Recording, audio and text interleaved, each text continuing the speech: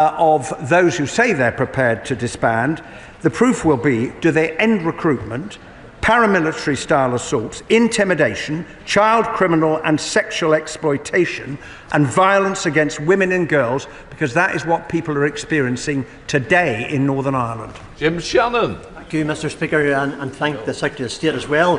I want all paramilitaries off our streets for good, and I also want to see justice done for their victims. That's why I just can't quite understand why the Dublin government are closing their eyes to the 2021 Horner judgment recommending inquiries both in the United Kingdom and the Republic of Ireland. The family hearings in Omagh have brought the horror of that day to a new generation. So will the Secretary of State use his influence to call on Dublin to give the Omagh families the public inquiry they deserve and they want so much? Thursday. Well, I recognise that, not least because of the commemorative hearings that have been taking place in the inquiry, all of the pain and the suffering, the horror, the tragedy of that day has been brought to life again for the families who live with it every single day of the week. I welcome the fact that the Irish government is committed to cooperate with the Omagh inquiry. I look forward to the signing of the Memorandum of Understanding. It is for the Irish government to decide what inquiries they wish to establish in relation to events in the Republic. Gregory Capp. Number 5, Mr. Speaker. Minister. The Secretary of State has met with suppliers, and my officials meet regularly with horticultural industry representatives. The next meeting of the Horticultural Working Group is in 2 days' time, and the Government is committed to addressing the outstanding issues on horticultural products to ensure that these can move safely within the UK. Gregory Campbell. Thank you, Mr. Speaker. The situation does remain very, very difficult. In fact, the Horticultural Trades Association said that it remains impossible for some retailers who are trying to order product from GB-based companies to consumers in Northern Ireland. Everyone can complain about this. Some of us are trying to do something about it. The government are the people who can bring pressure to bear to resolve this. What action has been taken to try and resolve this problem for consumers in Northern Ireland? Minister.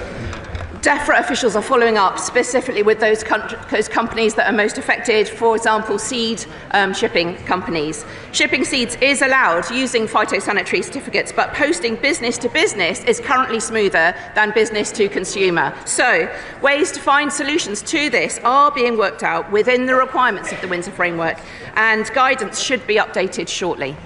Chair of the Select Committee, Tony Antoniazzi. Thank you, Mr. Speaker. I thank the Minister for her answer, but we want to know more detail around the progress that the Horticultural Working Group is making to help to resolve these issues with plants and cut flowers from the movements of GB to NI under the Windsor framework. So can she please update it as a matter of urgency? Minister. I can provide more updates, but for example, on the banned plants, they're being worked through species by species. There were 11 in 2023, 10 in 2024, and we're working through each one of those. So the working group is taking each of the issues on a case-by-case basis and working through each of those issues as it arises. Alex Easton. Mr. Speaker, could I ask the Minister about veterinary medical supplies for Northern Ireland with the grace period about to run out within the next year? What are the plans to make sure that Northern Ireland doesn't run out of veterinary medicines? Minister. We're working actively to narrow the range of products where there's a problem, but working with each one of those as well. So this is an active consideration, knowing that, as the member points out, the deadline is approaching. Lee Ingham. Thank you, Mr. Speaker. The Windsor framework was a distinct improvement on the old Northern Ireland protocol. But does the Minister agree with me that to ensure the smoothest possible movement of agri-food products across the Irish Sea, it's vital we secure an SPS agreement with the EU? I agree with my right honourable friend that the Windsor framework is a big improvement on the Northern Ireland Protocol, and we are committed to implementing the Windsor framework at the same time as seeking to negotiate an SPS agreement that would provide further improvements to the movement of agri-food products. And we must pave the way to this by resetting our relationship with the EU and implementing the Windsor framework in good faith. Sir Desmond Swig. Number 6, sir. Thursday. With permission, Mr. Speaker, I will answer questions 6 and 11 together. The approach taken by the previous government to legacy was wrong. It caused immense pain to victims and survivors, and in many respects has been found to be unlawful. In December, I laid a proposal for a draft remedial order to address the human rights deficiencies in the Act identified by the courts, and when parliamentary time allows, I will introduce primary legislation to reinstate legacy inquests halted by the Act and to reform and strengthen the ICRIR. Sir Desmond. Why did he abandon the appeal in Dillon and Oars? Great question. Because clauses 46 and 47 were found to be unlawful, and as he will be aware, the case that gave rise to the attempt to deal with the problem by those clauses have now been found to be unlawful, came from a Supreme Court judgment in 2020, and for two and a bit years, the previous government was unable to find a solution. Gagan Mahendra. Thank you, Mr. Speaker. Notwithstanding the Northern Ireland Secretary's response just there, why is this Labour government continue to undermine the tough action taken by the Conservative government on individuals who have acted against our democracy and society, such as Gerry Adams, by considering repealing the Legacy Act, giving him and others the possibility of a six-figure payout? Well, as I've indicated to the House at the last Northern Ireland oral questions, nobody wants to see that happen. We are currently working to find a lawful way of dealing with the problems that were created by the way in which the original interim custody orders were signed in 1972 and I think 1973, which the Supreme Court in 2020 found, where they were not signed and considered by the Secretary of State, were not lawful. Louise Haig. In 2019, Boris Johnson commissioned the Shawcross report into Libyan-sponsored IRA terrorism. US citizens have received compensation from the Libyan government for attacks on British soil, but UK citizens never have. Will the Secretary of State work with the FCDO to ensure that the Shawcross report is published? Secretary of State. Well, I'm grateful to my honourable friend for raising this, and the whole House will have profound sympathy for all the victims of Gaddafi-sponsored IRA terrorism and all the victims of the Troubles. The Shawcross report was commissioned by the previous government as an internal report, and decisions on the report and its future are currently under review by the FCDO. Go through, yeah. Shadow Minister Mike Wood. Thank you, Mr. Speaker. People right across the United Kingdom will be disgusted if former terrorists like Gerry Adams get compensation from the taxpayer because of Labour's decision to repeal the Legacy Act without putting something in its place.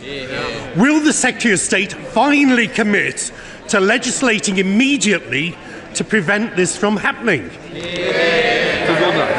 Well, I refer the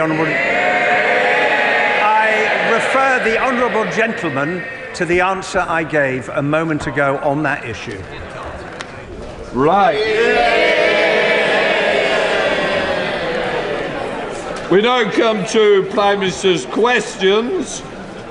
We start with Dr. Luke Evans. Number one, Mr. Speaker. Prime Minister. Thank you, Mr. Speaker. This week marked 3 years since Putin's barbaric invasion of Ukraine. The courage of the Ukrainians is inspiring, and across this House we stand with them for as long as it takes. Mr. Speaker, that's why we're increasing defence spending to 2.5% of GDP by April 2027, with an ambition to reach 3% in the next Parliament as economic and fiscal conditions allow. And this afternoon, of course, I will travel to the US to have discussions with President Trump about the enduring security partnership between our two countries. Mr. Speaker, I'm also delighted that we've announced the first 750 schools to start offering free breakfast clubs. This is our plan for change in action, ensuring every child has the chance to thrive.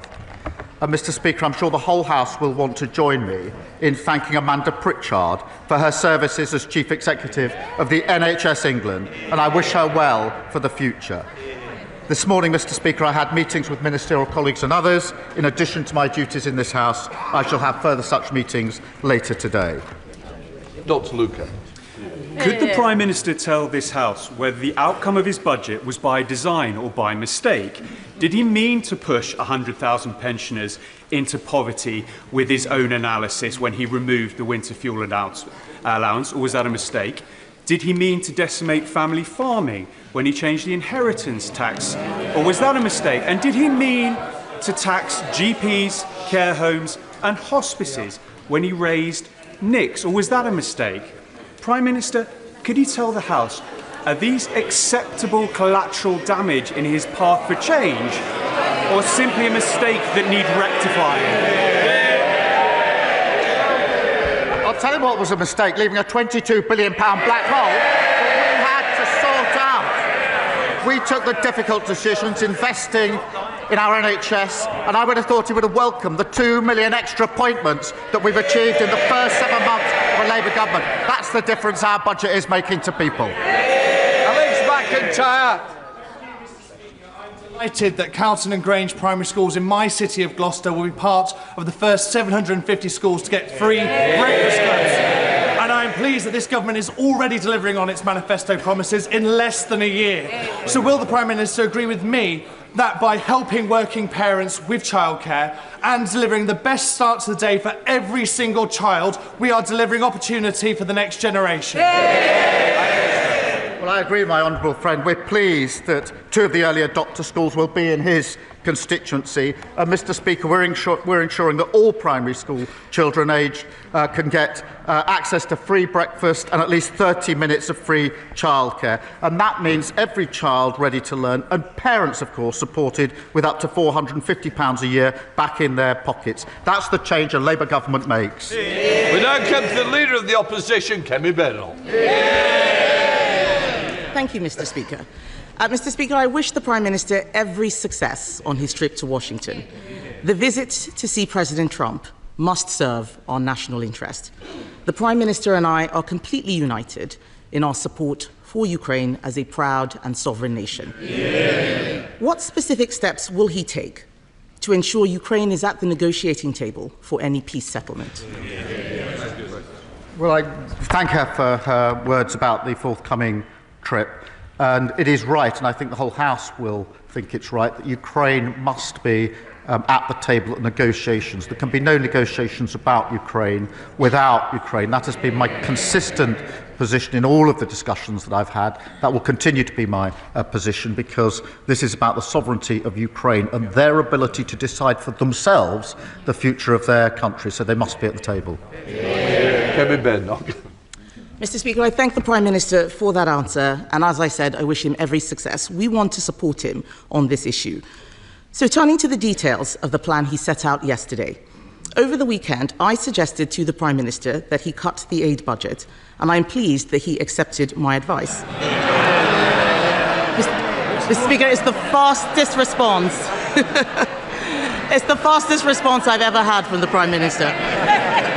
However, he announced £13.4 billion in additional defence spending yesterday. This morning, his Defence Secretary said the uplift is only £6 billion, which is the correct figure. Prime Minister. I'm going to have to let the Leader of the Opposition down gently. She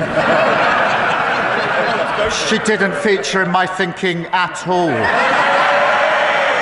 I was so busy over the weekend I didn't even see her proposal. I think she's appointed herself, I think, saviour of the Western civilization. It's a desperate search for relevance. But, Mr. Speaker, look, if you take the numbers for this financial year and then the numbers for the financial year 27-28, that's £13.4 billion increase. That is the largest sustained increase in defence spending since the Cold War, which will put us in a position to ensure the security and defence of our country and of Europe. Mr. Speaker, that wasn't very clear. How is it that the Defence Secretary says £6 billion and he says £13.4 billion? The IFS said today that the government is playing silly games with numbers. How does he find this difference in numbers? Prime Minister. Mr. Speaker, we went through this 2 weeks ago, going through the same question over and over again.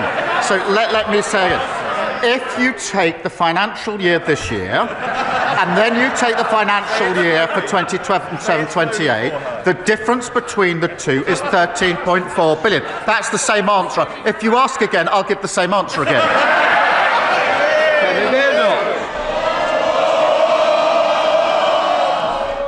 I'll decide when it's more. Kemi Badenoch. Mr. Speaker, someone needs to tell the Prime Minister that being patronising is not a substitute. It's not a substitute for answering questions. It's not a substitute. He hasn't answered. What he has said is different from what he said yesterday. We are still not clear where the money is coming from. We want to support him. He's also said that we should put British troops on the ground in Ukraine. We haven't seen the detail of any proposals. Would his new spending plans allow him to fund this commitment effectively? Prime Minister. I mean, I think it's the same question again. It's 13.4 billion. That's the difference between this year and 2020. She asked a serious question about the security guarantees in Ukraine, and that is extremely important, because the worst of all outcomes, if there's to be a cessation of hostilities, is that it is a short break rather than sustained and lasting peace.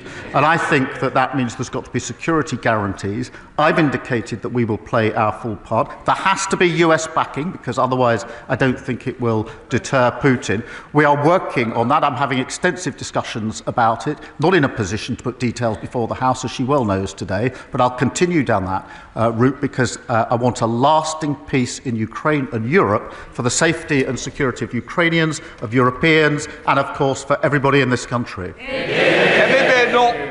Mr. Speaker, this is an endeavour that we want to support him in, but we need to know exactly what it is we're supporting. We need clarity and transparency over the money. We also need to know where this money is going. This morning, the Defence Secretary could not say if the Chagos deal would come out of the defence budget. Can he confirm to the House that none of the defence uplift includes payments for his Chagos deal?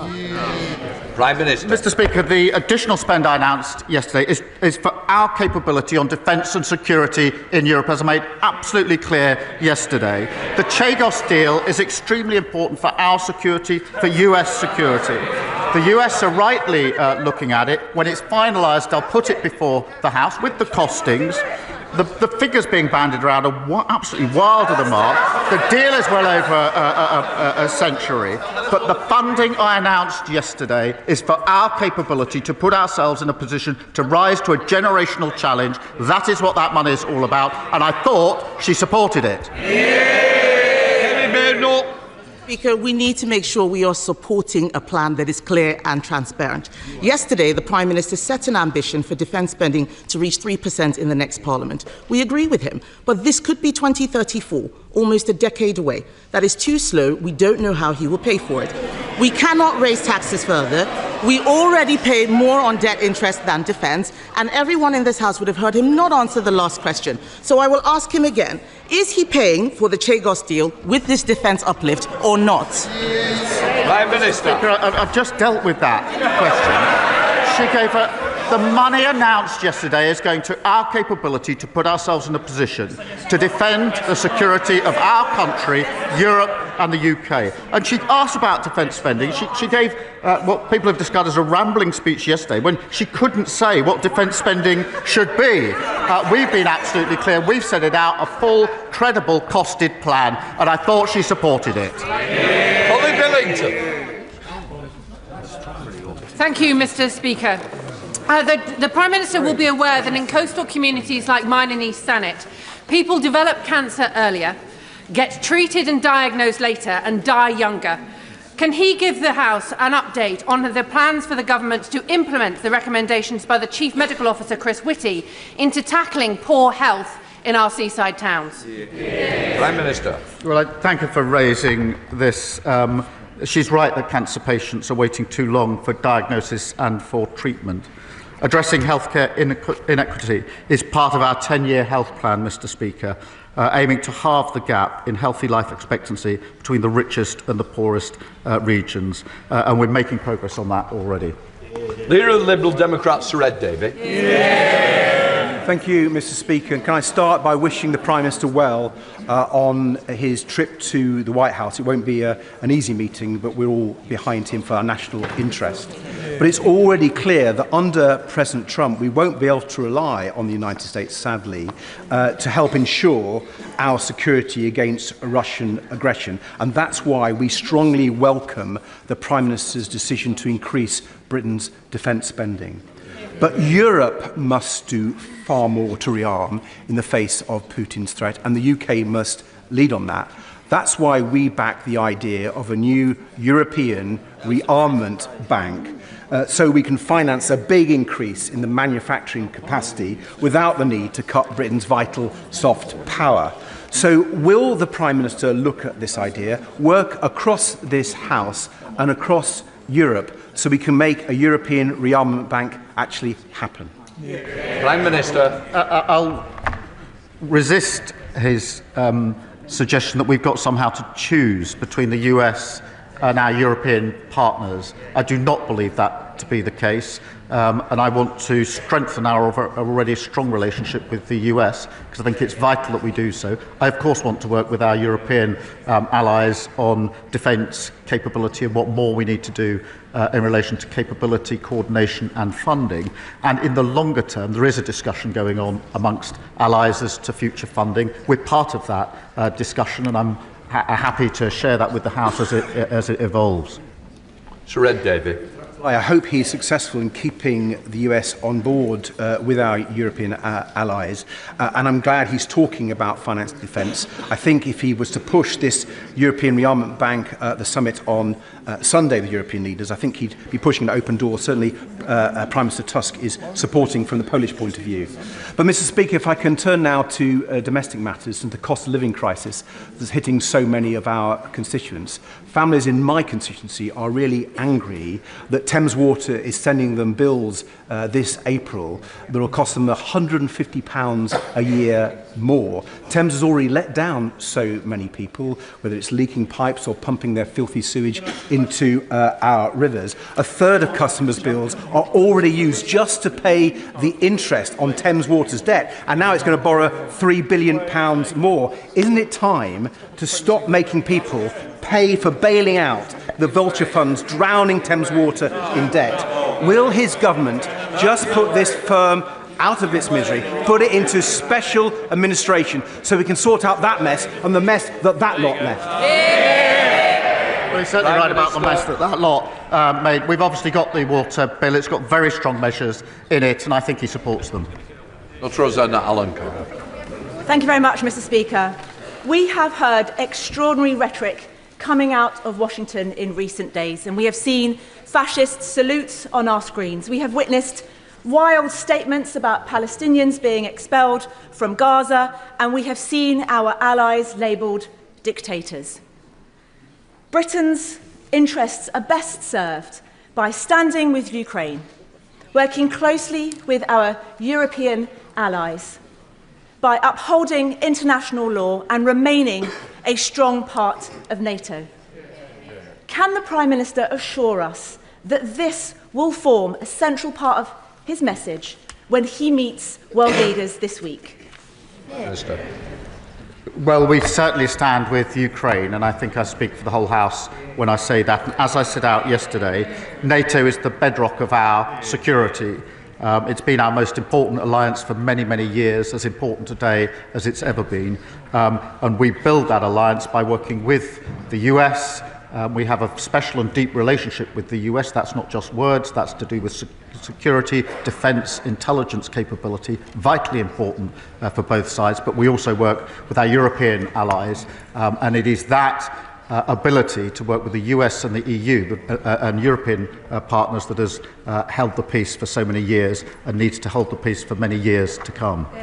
Stephen Flynn. Thank you, Mr. Speaker. Prior to the election, the Labour Party promised to reduce energy bills by £300, yet on their watch, energy bills are about to increase by almost £300. So may I ask, is the failure to keep that promise a consequence of government incompetency, or have the Labour Party been caught lying to the public?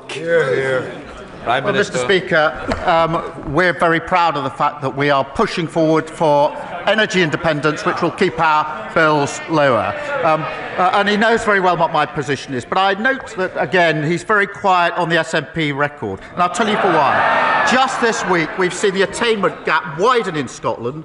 Pupils leaving schools with no qualifications rising, those from deprived areas going to work falling. Instead of playing the politics of grievance, they need to take responsibility for their own record. Thank you, Mr. Speaker. My constituent Mike Addison was one of a kind, a physical disability rugby league world champion with England and Warrington Wolves, and an avid volunteer for the club and foundation. He was a friend to everyone who knew him. Tragically, he died at age 45, having taken his own life. One death by suicide is too many, and every suicide is preventable. But ONS data puts the rate in the North West at over double the rate of London, and with a 17% increase last year. So can the Prime Minister outline what more can be done working across government to help Warrington meet our target of eliminating suicide? Prime Minister. Well, can I thank her for raising this tragic case? And my thoughts, I'm sure the thoughts of the House, are with the family, friends and teammates of Mike at Warrington Wolves. I mean, she's right, Mr. Speaker, that one death by suicide is one too many, and reducing the number is a vital part of our health mission. We are recruiting an additional 8,500 mental health workers, especially trained to support people at risk of suicide. We're committed to taking forward the suicide prevention strategy for England. I'm sure this is something the whole House will support. Dr. Neil Butts. Thank you, Mr. Speaker. I welcome the Prime Minister's statement committing us to increased defence spending and reaffirming the UK's support for Ukraine and their democratically elected leader, President Zelensky. Yeah. A wartime leader, like Winston Churchill, who also had to delay elections because his country faced an existential threat. Yeah. As the Prime Minister travels to Washington, with this House and the country willing him to succeed, will he invoke the legacy of Churchill in making the case for the UK to be the key in bridging transatlantic relations, to bring us all together for the sake of freedom and democracy across the world? Yeah. Prime Minister. I thank him for his question. Can I pick up on both elements? Because President Zelensky is a democratically elected leader, and suspending elections was precisely what we did in this country when we were fighting in the Second World War.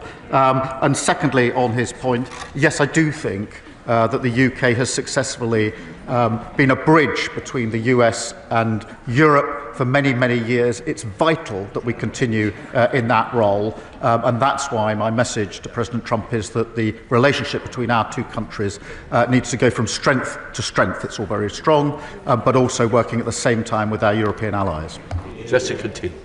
Thank you, Mr. Speaker. On Monday night, there was a brutal double stabbing in my constituency. This adds to a long line of horrific knife attacks that have included 3 fatalities over the past 2 years. I know the Prime Minister is aware of the particular challenges we face in Bournemouth, and while crime has been going down, I know there is much more he will want to do. So will he join me in praising the crucial work that organisations like Changes Are Made, who give positive activities like boxing to young people, and will he share what more the government can do to tackle knife crime in communities like mine? Prime Minister. Thank you for raising this really important issue. Yesterday we introduced our crime and policing bill, which is central to our plan for change and halving knife crime. It involves new powers to seize and destroy knives found on private property and a new criminal offence of possessing a bladed article with intent to cause harm.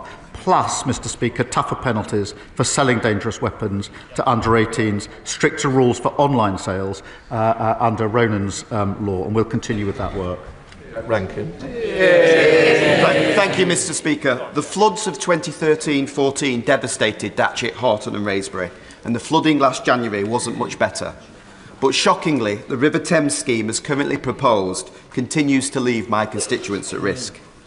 The Council was asked to cough up tens of millions, but like very many, is cash-strapped. Does the Prime Minister, therefore, agree with me that the only option to protect my constituents is funding Channel 1 of the River Thames scheme as a national strategic infrastructure, which it really is? Prime Minister.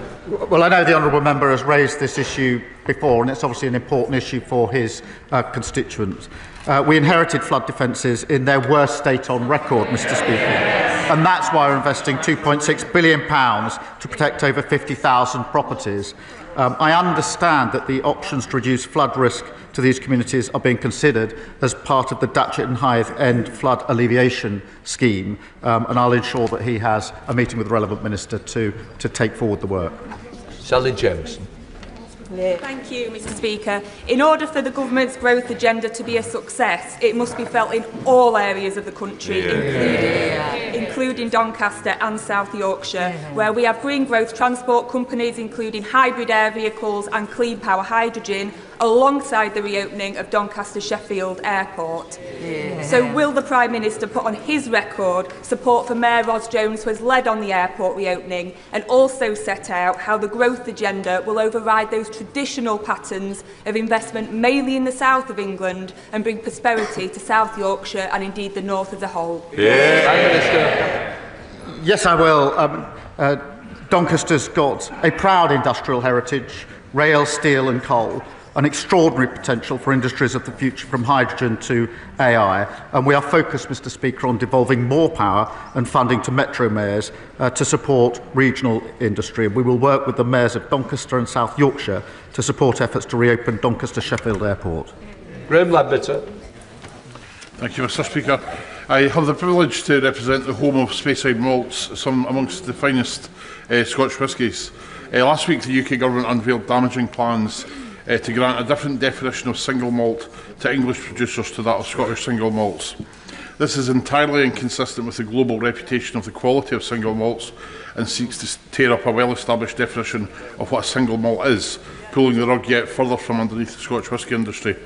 Given the backlash from the industry to this and the damage this could cause to Scotch whisky exports and jobs, will the Prime Minister's word on whisky be his whisky bond by backing the industry to the hilt and scrapping these plans? Prime Minister. Mr. Speaker, we do support Scotch whisky. It's a really important part of our economy, and that's why we allocated £5 million in the budget, and why we're working with Brazil, which is worth £25 million for Scotch whisky. It's what we're doing to support industry and sectors in Scotland. And in addition to that, in another sector, at the weekend I was very pleased to be able to announce the £200 million investment in Grangemouth and the future for generations there. Steve Race. Speaker, yesterday I returned from Ukraine, having spent 4 days with a cross-party delegation of parliamentarians. The Ukrainians we met from across society had one simple message. They were deeply thankful for our partnership, and they want us to know that they can overcome the Russian invasion because they must. Does the Prime Minister agree with me that alongside our welcome 100-year partnership, now is the time for the UK to redouble our efforts alongside our European partners to help secure Ukraine's future as a free, democratic and sovereign European nation? Yes, I do, and I'm really proud of the way the United Kingdom has risen to the challenge of the last 3 years in a united way, both in terms of the capability and funding that we provided to Ukraine, but also the throwing open of homes here for those fleeing. And I was privileged to welcome some of the families to Downing Street on Monday, and it was a human reminder of the impact that it's having on them, their children and their families. Dr. Kieran Millen. Thank you. Thank you, Mr. Speaker. The whole House wants the Prime Minister's meeting with President Trump to be a success, which requires credibility on our defence spending commitments. The Leader of the Opposition gave the Prime Minister an opportunity to unambiguously rule out the funding of any Chagos deal coming from the defence budget, and I'm not clear that he did that.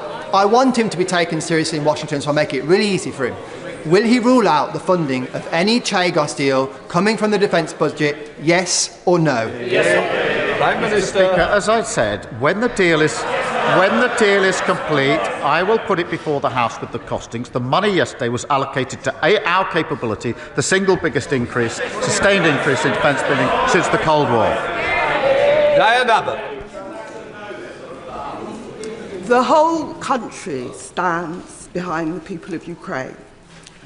But there is also a view that taking money from aid and development to spend on armaments and tanks makes people less safe, not more safe, because the desperation and the poverty that so often leads to warfare is what aid and development money is supposed to counter. Mr. Speaker, as I said yesterday, the overseas development is important. I'm proud of what we've done. It wasn't a decision I took lightly or I wanted to take, but it is important at this moment that we put the defence spending, the defence and security of our country and Europe uppermost. We will, of course, make sure that we're able to fulfil our humanitarian obligations in relation to Gaza, Ukraine and Sudan and other vital work. And I want to be clear that we do, of course, want to go back and increase that funding as soon as we're able to do so. Chairman Hall. Thank you, Mr. Speaker. I hope the Prime Minister knows that when he does travel to Washington to meet the former leader of the free world, he does so with the hopes and prayers of this House and the country. Probably no more serious a meeting could be taking place. Now, whilst Ukraine will clearly dominate, will the Prime Minister undertake to raise with President Trump that Canada is a valued, respected and much-loved member of both NATO and our Commonwealth, and that this childish nonsense of a 51st state should be called out by the Prime Minister for what it is? Prime Minister.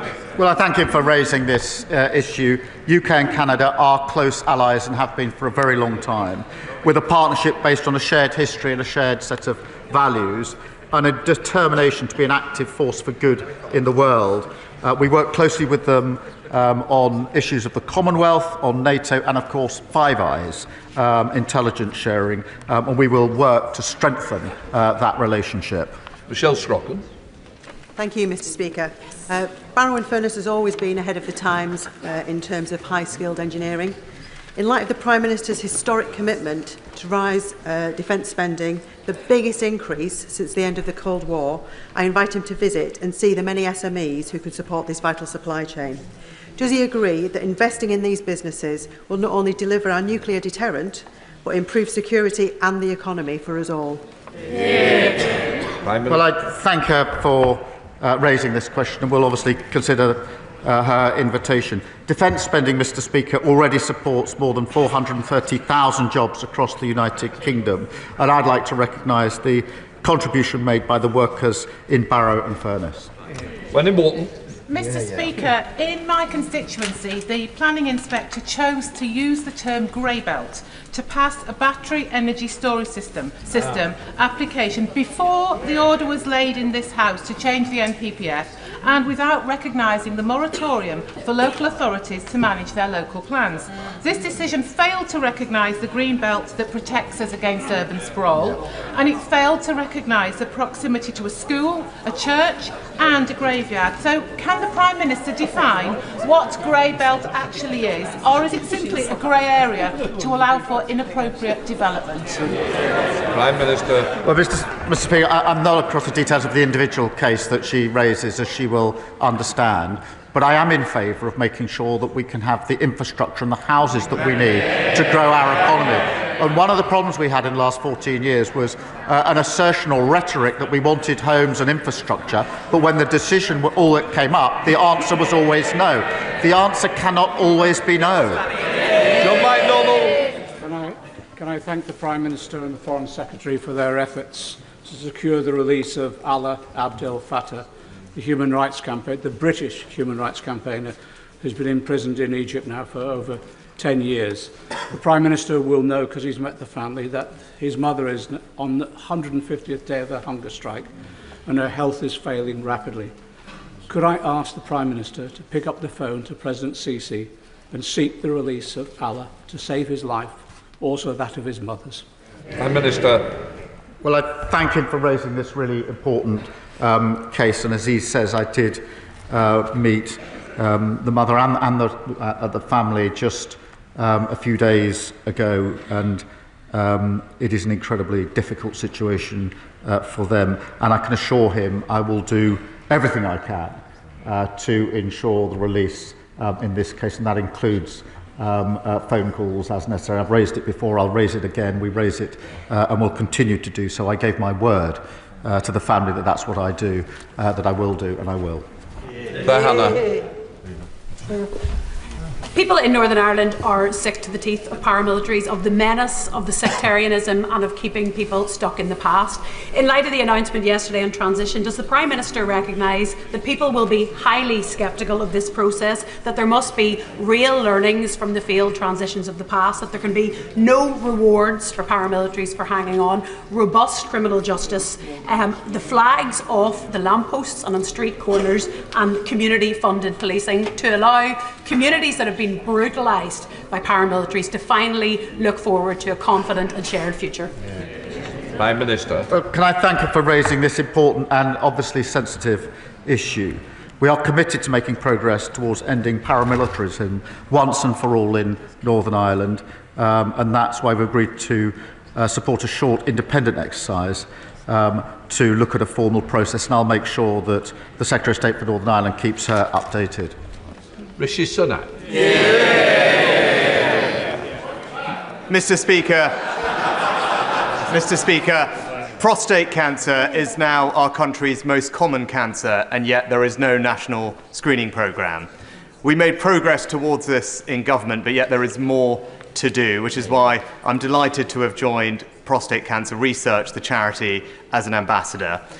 I'm grateful to the Health Secretary for his engagement thus far, and could I ask the Prime Minister to ensure that we do have a targeted national screening programme for the most at-risk groups of prostate cancer, so that we can not only save the NHS money, make progress towards the government's early diagnosis targets, but most crucially, save thousands of lives? Prime Minister. Well, can I thank him for raising this, and can I thank him for using his authority and reputation to support this vital cause, which will make a material difference, and I look forward to working with him on it. We do share a commitment to detecting prostate cancer earlier and treating it faster, and we must do that. Our National Cancer Plan will improve the way we treat cancer right across the country, and I'll make sure he's fully informed of the steps that we're taking, and we'll work with him. Ruth Jones. Thank you, Mr. Speaker. Will the Prime Minister join with me in wishing all Welsh citizens everywhere a very happy St David's Day on Saturday? And will he also join with me in welcoming the latest news of the £600 million investment by Copenhagen infrastructure partners to ensure that Bute Energy and Green Gen Cymru can take forward the bold ambition to achieve 100% green electricity production by 2035 in Wales, thus providing much-needed sustainable green jobs for the people of Wales? Prime Minister. Well, can I wish her and her constituents a very happy St David's Day and join her in welcoming this significant new investment into her constituency that will ensure good jobs, well-paid, skilled jobs, and of course the transition to energy security and lower bills. And I know her constituency will play a vital role in that. Jeremy Hunt. Thank you, Mr. Speaker. Does the Prime Minister agree that our biggest single foreign policy priority is the preservation of NATO with America at its heart? And if so, following his welcome announcement yesterday, is the next step to talk to our European allies and for all of us to agree to spend 3% of GDP on defence within a specified timescale, so that we can look the President in the eye and say that Europe is finally pulling its weight on defence? Prime Minister. Well, I agree with him entirely in terms of the priority in terms of NATO. Putin thought he could weaken NATO. He's only made it stronger and larger. NATO's strength comes from the US and European partners and others working together, and that is absolutely the focus of my work at the moment. It is right, as he says, that European countries, including the United Kingdom, do need to do more on capability, on coordination, and on defence spend. That must be not seen as a project separate to NATO, but part of an essential project that ensures that NATO is there for decades and decades to come, preserving the peace, just as it has been for 75 years. Final question, Newman Steinbeck. Mr Speaker, the Grangemouth refinery closure has loomed over central Scotland since Petronas's announcement in November 2023. 2 weeks ago, Scottish Labour colleagues and I met with the National Wealth Fund to make the case for investment in Grangemouth. I strongly welcome the exceptional commitment this Labour government has shown in Grangemouth by committing £200 million from the National Wealth Fund. Can I ask the Prime Minister what steps the government will be taking to secure permanent, good jobs at Grangemouth? Well, can I thank him for being such a great champion for Scotland and his constituency? Mr Speaker, Grangemouth is really important to communities in Scotland, to the economy in Scotland. It's not a charity case, it's got incredible potential, huge opportunity, and that's why at the weekend I was very pleased to announce £200 million from the National Wealth Fund to incentivise private investment. That, of course, Mr Speaker, follows £100 million in the growth deal that we announced earlier. This is about jobs for decades to come in Grangemouth. It's a really exciting opportunity and we intend to seize it. I hope His Presidency of the Assembly of North Macedonia, His Excellency Mr Afrim Gasha, enjoyed questions. Right, that completes PMQs.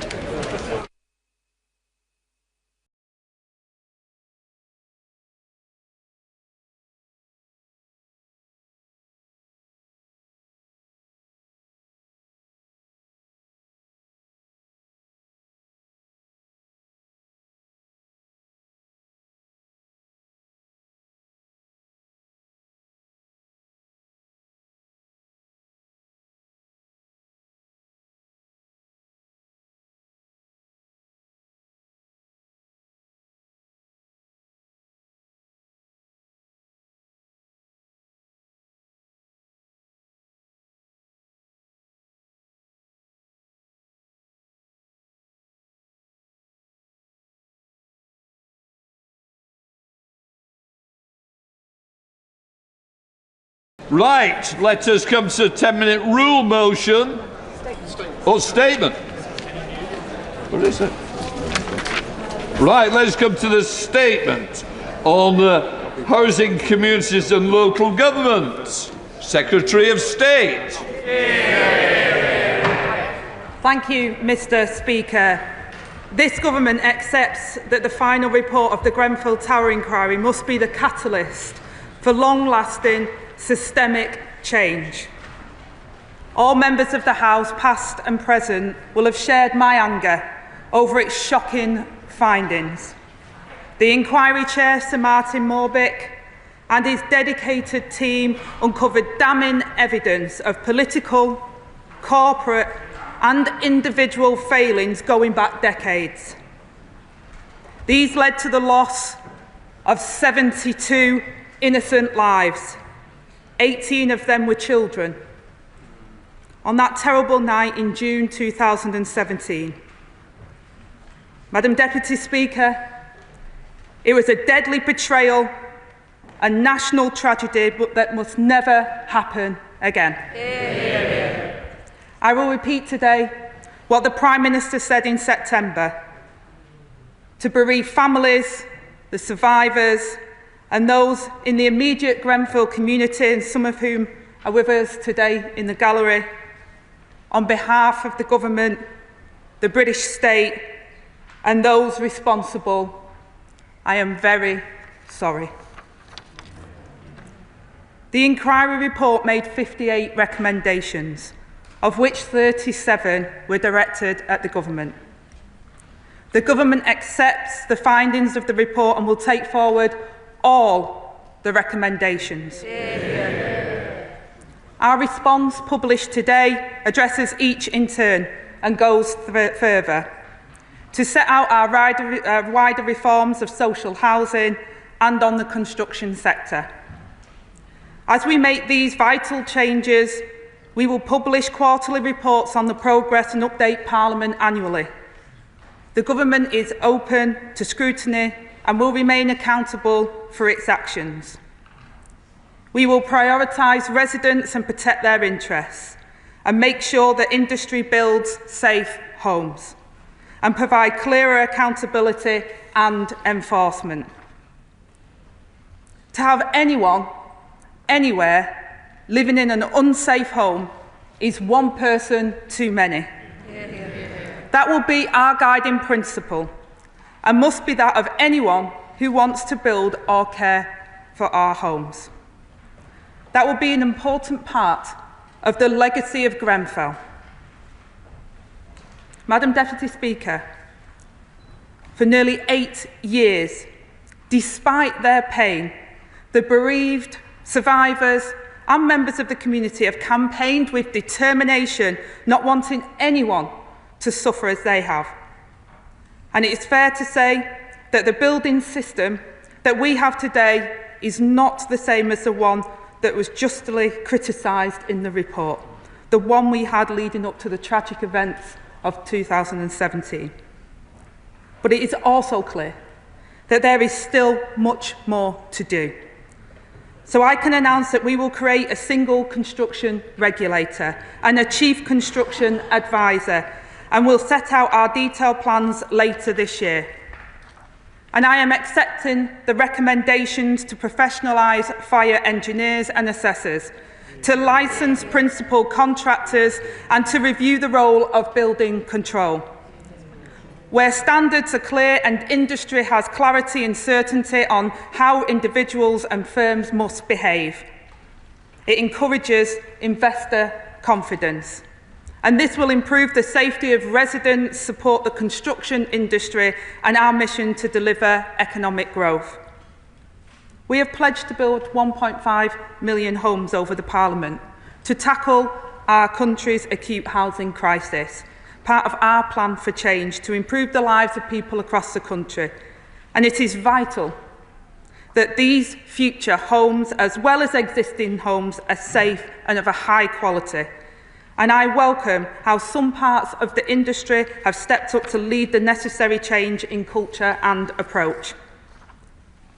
But, Madam Deputy Speaker, lest we forget. Sir Martin found that just about every institution and organisation charged with keeping the tower safe and protecting those who called it home failed. His most devastating conclusion was that every single death was avoidable. The inquiry uncovered serial incompetence and negligence, complacency and inaction, and blatant dishonesty and greed. The organisations that failed included the government and regulators. The department that I now lead, which failed to act on known risks and ignored, delayed or disregarded matters affecting the safety of life. And the manufacturing companies, including Arcanic, Kingspan and Celotex, whose products were used to refurbish the tower, the report found that they acted with systemic dishonesty and they missold and they marketed them. Their disgraceful mercenary behaviour put profit before people and exploited the regulatory regime to evade accountability with fatal consequences. And to my disgust and their shame, some have shown little remorse and have refused to even help fix the building safety crisis that they did so much to create. Companies must be held to account for their role in Grenfell. The Parliamentary Secretary to the Cabinet Office is announcing today that she will use new powers under the Procurement Act to investigate Arconic, Kingspan, Saint-Aubin as owners of Celotex at the time and other organisations. And I expect swift, decisive action and will ensure progress is reported. But we must do more to make sure that the right rules are in place. To this day, critical gaps persist in how construction products are regulated. Only with rigorous reform will we transform the culture that allowed the tragedy to happen. Madam Deputy Speaker, to achieve this, we are also publishing today a Construction Products Reform Green Paper. It will help us to cut out the rot in the sector and allow competence to take root. Safety will come first and a culture of responsibility will prevail. We will celebrate those that lead the way and those that fall short will suffer the consequences. In the future, road companies will be held to account Our Green Paper sets out our ideas for how prison time for executives who break the rules and unlimited fines where safety is put at risk. We will do whatever it takes. Across the sector, we know that there is appetite for change. That change is overdue, and we will lead it. I've paid tribute to the enduring resilience and resolve of the bereaved families and the survivors and members of the immediate community. Their campaigning has seen new legislation passed, which members of this government also supported, that has made our public realm more secure. Everyone is safer thanks to the Building Safety Act, which set new standards for construction of residential buildings in England. It introduced the Building Safety Regulator and provisions for high-risk buildings. All people living in flats now know that the entrance doors, external walls and structure of their homes are in scope of fire risk assessments, thanks to the Fire Safety Act. There are new duties for owners and managers of buildings and blocks of flats. The Social Housing Act ensures that landlords are held to account. I have challenged the Royal Borough of Kensington and Chelsea to demonstrate how they have changed by becoming an exemplar landlord and local authority. And I'll be keeping a close eye on their progress. And we will listen to their tenants to assess whether they have succeeded. We are pushing ahead with the remediation acceleration plan to fix all buildings around the country still with dangerous cladding, and where building owners fall short, we will act. We are introducing regulations to improve the fire safety and evacuation of disabled and vulnerable residents in high-rise and higher-risk residential buildings. And as of the 1st of April, ministerial responsibilities for fire functions will move from the Home Office to my department, in line with the inquiry's recommendation that we bring responsibility for fire safety into a single government department. Madam Deputy Speaker, people and their safety are front and centre of our inquiry response. But there remains a stark and terrible reality. The bereaved and the survivors and members of the Grenfell community are still waiting for the justice they need and deserve. And justice must be done. Madam Deputy Speaker, the ongoing Metropolitan Police investigation is amongst the biggest it has ever undertaken, and the Met has the government's full support. In September, the Prime Minister rightly said that this tragedy posed questions about what social justice means in Britain today, whether the voices of working-class people, those with disabilities, those of colour are ignored and dismissed. I am here to say that we will not be that country. We will be a country where decent housing, where security, where safety, where peace of mind are shared by all and not just the privilege of a few. The lessons of this inquiry should not have taken a tragedy to unearth. We will honour the memory of those who lost their lives by bringing about meaningful change in their name, change that will make life better for everyone. We are under no illusions about the scale of the task at hand. The responsibility to deliver lasting change is the privilege of leadership.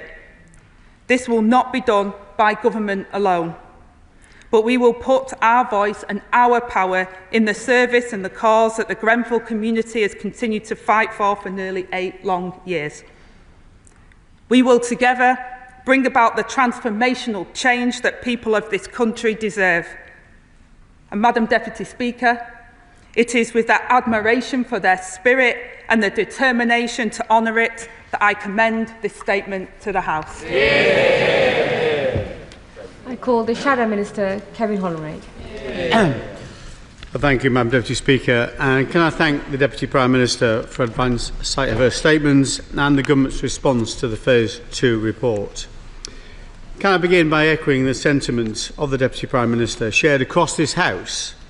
The tragedy of Grenfell, which claimed 72 innocent lives, 54 adults and 18 children, will always remain a scar on our national conscience. Can I thank Sir Martin Morbick and his team for their work, And can I join with the Deputy Prime Minister in offering my deepest apologies to the bereaved, the survivors and the Grenfell community for the failures that led to that horrific night in June 2017, a night where we all remember where we were. Can I also thank them for their constant and constructive campaigning. The inquiry's findings, decades of systemic failure, dishonesty and negligence, are a damning indictment of successive governments, regulators and industry. The government's response, with its acceptance of all 58 recommendations, is a step forward, and I welcome the commitment to action.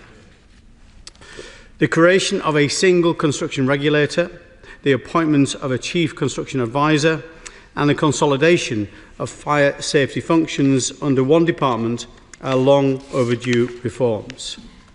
So too is the focus on professionalising fire engineers and reforming the construction product sector, a sector the inquiry exposed as riddled with systemic dishonesty from firms like Arconic, Kingspan and Celotex.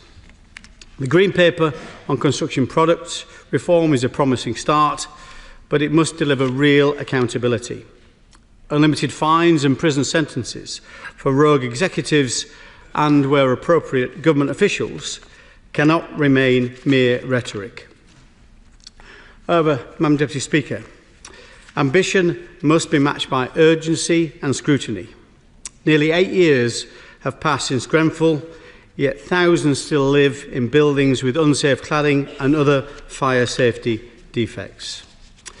So can I ask the Deputy Prime Minister, although I welcome the fact she's accepted the majority of these recommendations, can I ask her why she has not accepted the inquiry's recommendation for the single regulator to oversee testing and certification of construction products, leaving this instead with conformity assessment bodies? Can I remind her that the Building Research Establishment, itself a conformity assessment body, was strongly criticised for having its own conflicts of interest? The Remediation Acceleration Plan is welcome, but its targets, assessing all buildings by July 2025 and completing works by 2027, rely heavily on developers stepping up voluntarily. What actions will she take if they do not comply? Will she work to deliver solutions for non-qualifying leaseholders and those at risk as a consequence of other fire safety defects? This House needs concrete assurances that no resident will be left behind.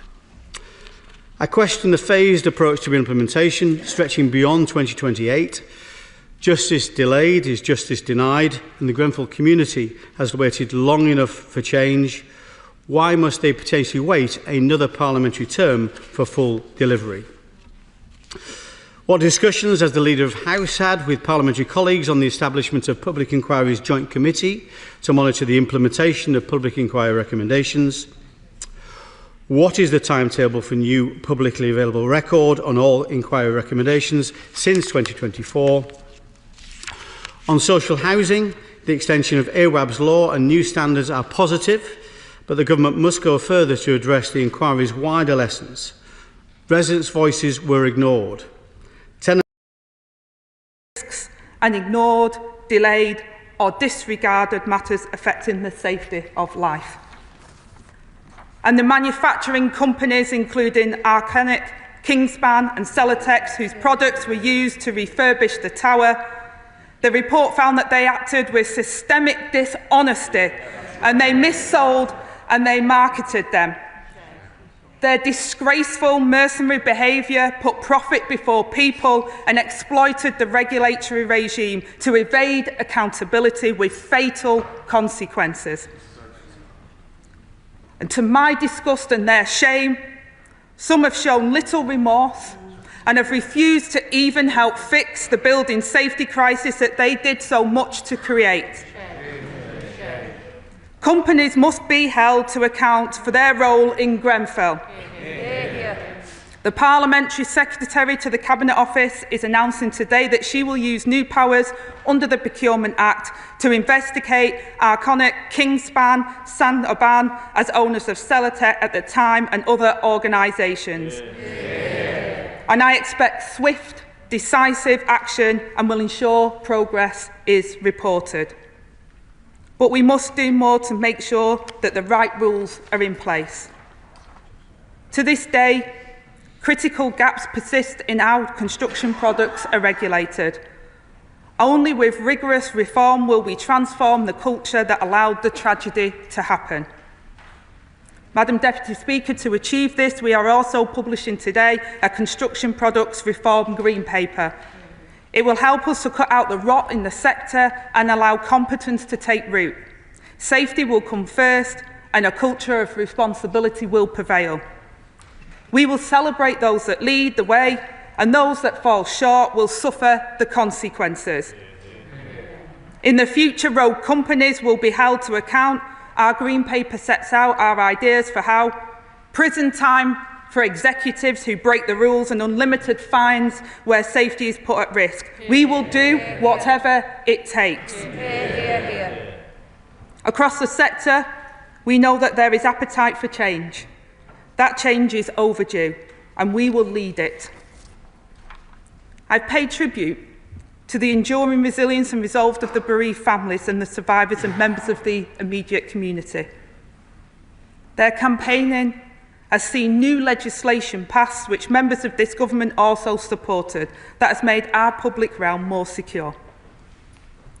Everyone is safer thanks to the Building Safety Act, which set new standards for construction of residential buildings in England. It introduced the Building Safety Regulator and provisions for high-risk buildings. All people living in flats now know that the entrance doors, external walls and structure of their homes are in scope of fire risk assessments, thanks to the Fire Safety Act. There are new duties for owners and managers of buildings and blocks of flats. The Social Housing Act ensures that landlords are held to account. I have challenged the Royal Borough of Kensington and Chelsea to demonstrate how they have changed by becoming an exemplar landlord and local authority. And I'll be keeping a close eye on their progress. And we will listen to their tenants to assess whether they have succeeded.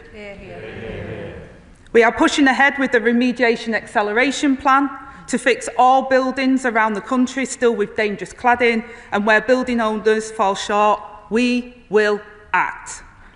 We are introducing regulations to improve the fire safety and evacuation of disabled and vulnerable residents in high-rise and higher-risk residential buildings. And as of the 1st of April, ministerial responsibilities for fire functions will move from the Home Office to my department, in line with the inquiry's recommendation that we bring responsibility for fire safety into a single government department. Madam Deputy Speaker, people and their safety are front and centre of our inquiry response. But there remains a stark and terrible reality. The bereaved and the survivors and members of the Grenfell community are still waiting for the justice they need and deserve. And justice must be done. Madam Deputy Speaker, the ongoing Metropolitan Police investigation is amongst the biggest it has ever undertaken, and the Met has the government's full support. In September, the Prime Minister rightly said that this tragedy posed questions about what social justice means in Britain today, whether the voices of working-class people, those with disabilities, those of colour are ignored and dismissed. I am here to say that we will not be that country. We will be a country where decent housing, where security, where safety, where peace of mind are shared by all and not just the privilege of a few.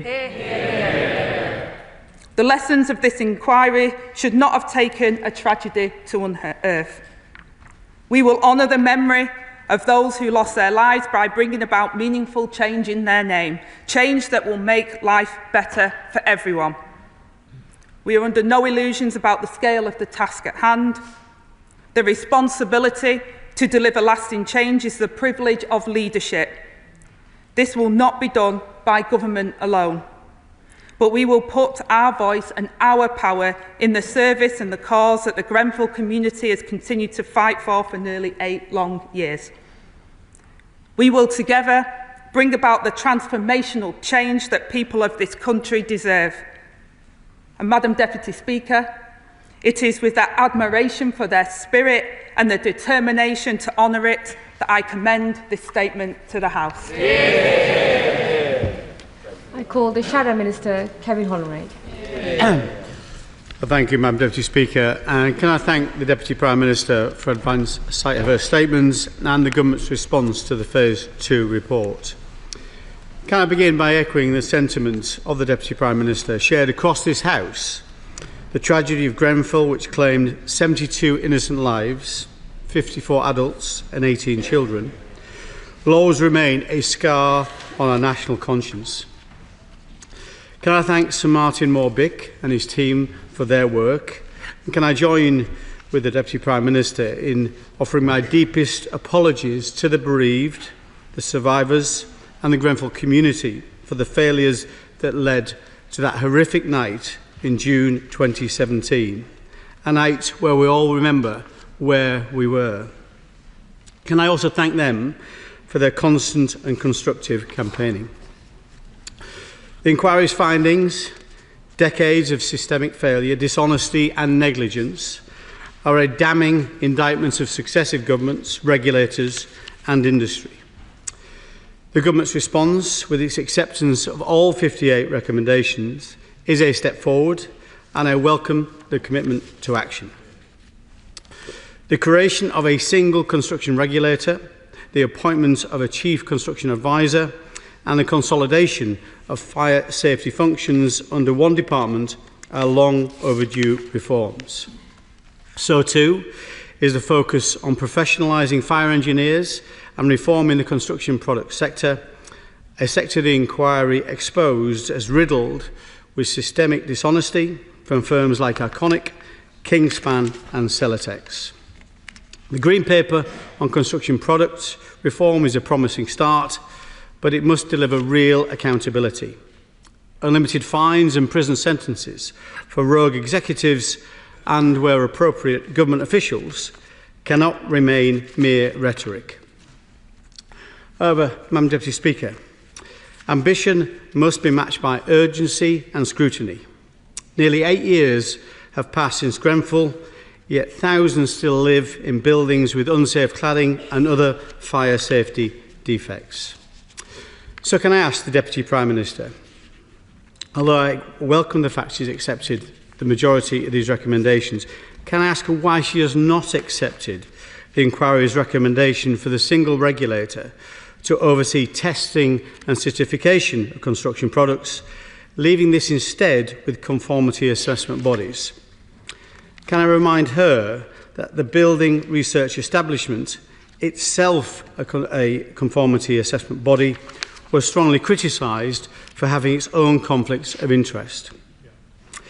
The Remediation Acceleration Plan is welcome, but its targets, assessing all buildings by July 2025 and completing works by 2027, rely heavily on developers stepping up voluntarily. What actions will she take if they do not comply? Will she work to deliver solutions for non-qualifying leaseholders and those at risk as a consequence of other fire safety defects? This House needs concrete assurances that no resident will be left behind. I question the phased approach to implementation, stretching beyond 2028. Justice delayed is justice denied, and the Grenfell community has waited long enough for change. Why must they potentially wait another parliamentary term for full delivery? What discussions has the Leader of House had with parliamentary colleagues on the establishment of Public Inquiry's Joint Committee to monitor the implementation of Public Inquiry recommendations? What is the timetable for new publicly available record on all inquiry recommendations since 2024? On social housing, the extension of AWAB's law and new standards are positive, but the Government must go further to address the inquiry's wider lessons. Residents' voices were ignored. Tenant empowerment must be more than a panel or a campaign. It needs legal teeth to ensure landlords act on concerns swiftly. Finally, Madam Deputy Speaker, justice demands accountability. The Metropolitan Police investigation has our full support, but the pace must quicken. Those who profited from cutting corners or who were criminally negligent must face consequences, not just fines, but criminal charges where evidence allows. Grenfell must be a watershed, a legacy of safety, transparency and respect for every resident. Can I make clear our commitment to work with her and her government on a cross-party basis to meet that promise? Thank you, Madam Deputy Speaker. Can I thank the Shadow Secretary of State for his comments and the way in which he made them, and I hope genuinely that we can work together to continue this piece of work. I recognised in my opening statement the work of the previous government with the Building Safety Act and other measures, and we will continue to work in that vein. I hope the Honourable Member recognises some of the work we're already doing. We've brought forward a significant amount of legislation around social tenancy, around empowering tenants in the Renters' Rights Bill, around leasehold, how we can protect leaseholders, and our remediation acceleration plan. The Government will deliver these legislative changes as soon as parliamentary time allows, and the legislation commitments are detailed in the plan, and that will include creating certainty for buildings that need remediating and who is responsible for remediating them, make obligations for assessing and completing regulation remediation clearer with severe consequences for non-compliance, and give residents greater control in situations of acute harm where landlords have neglected their responsibilities. The Shadow Secretary of State asked me about single construction regulator. We did accept that in principle, but the single regulator will deliver the functions recommended by the inquiry with two exceptions to avoid conflicts of interest by both setting the rules for construction products and policing its own compliance. But we will consult on the design of the regulator in the autumn. Yeah. I call the Chair of the Select Committee, Florence Shalami. Thank you, Madam Deputy Speaker. I want to start by recognising that today is yet another long, exhausting day for the loved ones of the victims of Grenfell, who are still having to fight for justice nearly 8 years on. I welcome the Secretary of State's response, and I look forward to the Select Committee scrutinising the proposals for the single construction regulator and the Green Paper. But if we're honest, Madam Deputy Speaker, what the Secretary of State has outlined won't tackle the root cause of the systematic ignorance of concerns of tenants, that toxic stigma which is at the heart of our social housing sector. Can the Secretary of State outline what steps she's taken to make sure that tenants have a voice in the social housing sector and the respect when they raise concerns for their families? Madam Deputy Speaker, we must never forget that 41% of the victims of Grenfell were disabled, a figure which underlines the collective failure of the system to protect those in need. The government's commitment to residential evacuation plans for disabled people in high-rise buildings is a welcome step forward, but I'd be grateful for some clarity from the Secretary of State on how the government intends to make residential PEEPs enforceable if the responsible person fails to identify the vulnerable resident. I'm also pleased that funding has been allocated for this in the social sector. But the reality is disabled people live in all types of housing. So can she give a commitment in her response that disabled people in the private rented sector will have the same access for an evacuation plan to those in the social sector? I'll close, Madam Deputy Speaker, by saying that none of the families in the gallery should be here today. This tragedy happened in the holy month of Ramadan in 2017. As Ramadan approaches this week, a time that should be dedicated to reflection, to healing, togetherness, too many families are still fighting for justice. No family member present today should have to spend their time demanding accountability when they should be focused on recovering on that trauma. I pay tribute to their tireless effort and pledge to continue to be a voice for them in their fight for justice without any more delay. Thank you, Madam Deputy Speaker. And as Chair of the Housing, Community and Local Committee, I know my honourable friend's commitment to the rights of social housing tenants. The social housing system, as she outlines, has not been fit for purpose, and these failings contributed to the Grenfell tragedy. We're driving up standards in social housing through stronger regulation and enforcement measures, strengthening tenants' voice and improving access to redress. These reforms will ensure landlords are held accountable for the quality of homes and services that they provide. And at the heart of the new regulatory regime is the requirement that all landlords treat tenants with fairness and respect.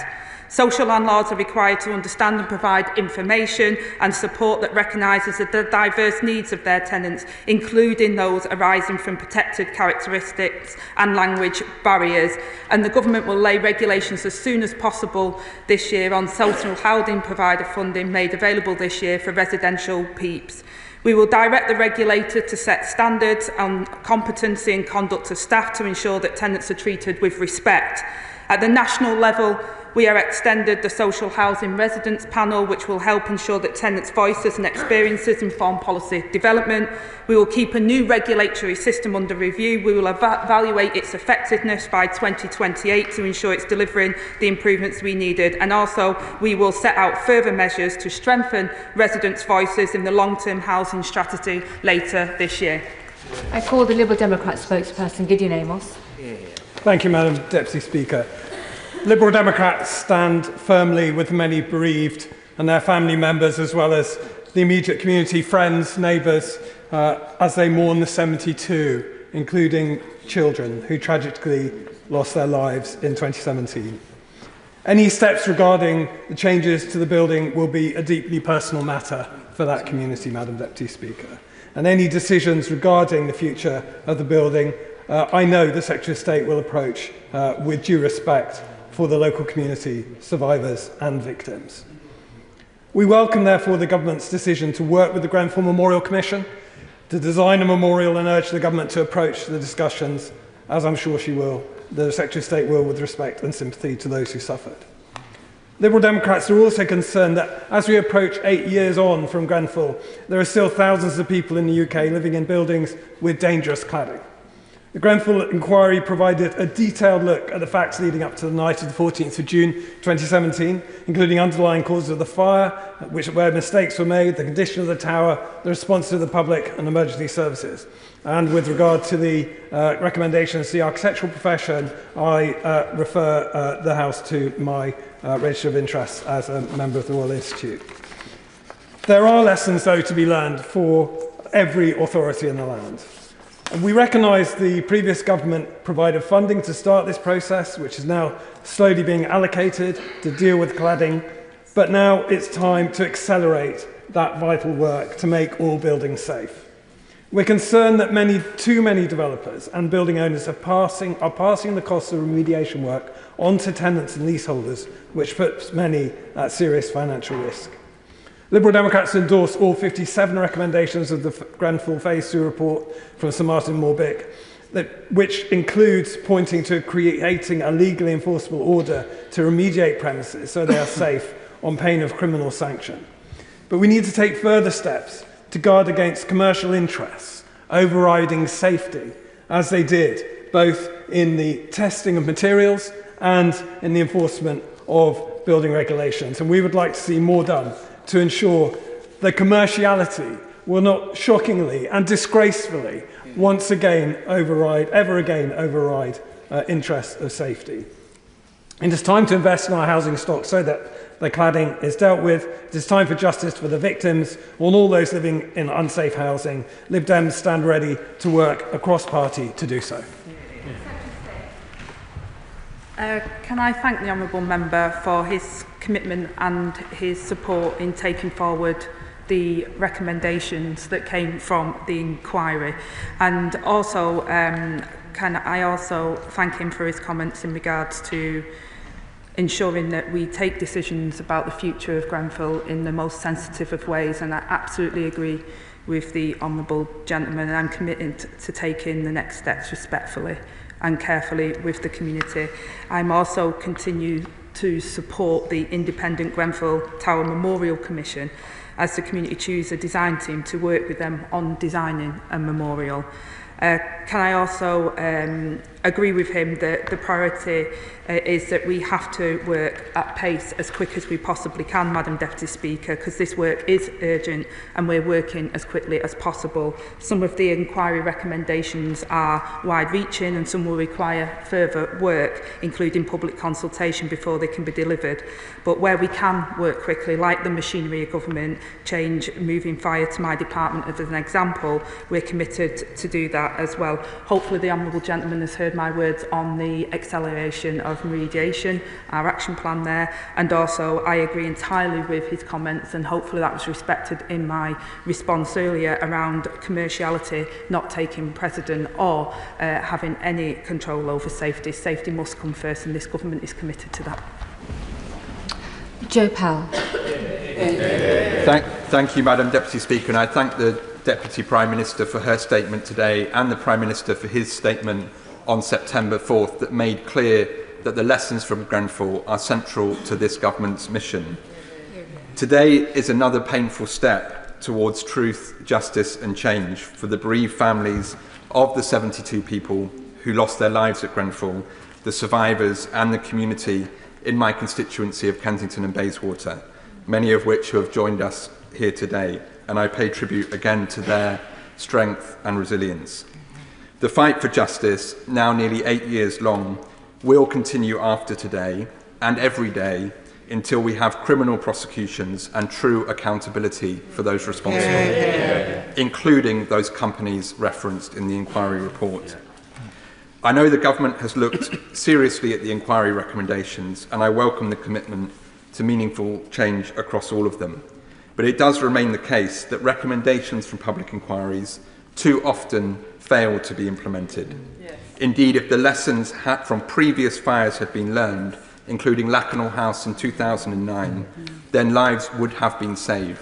This was avoidable.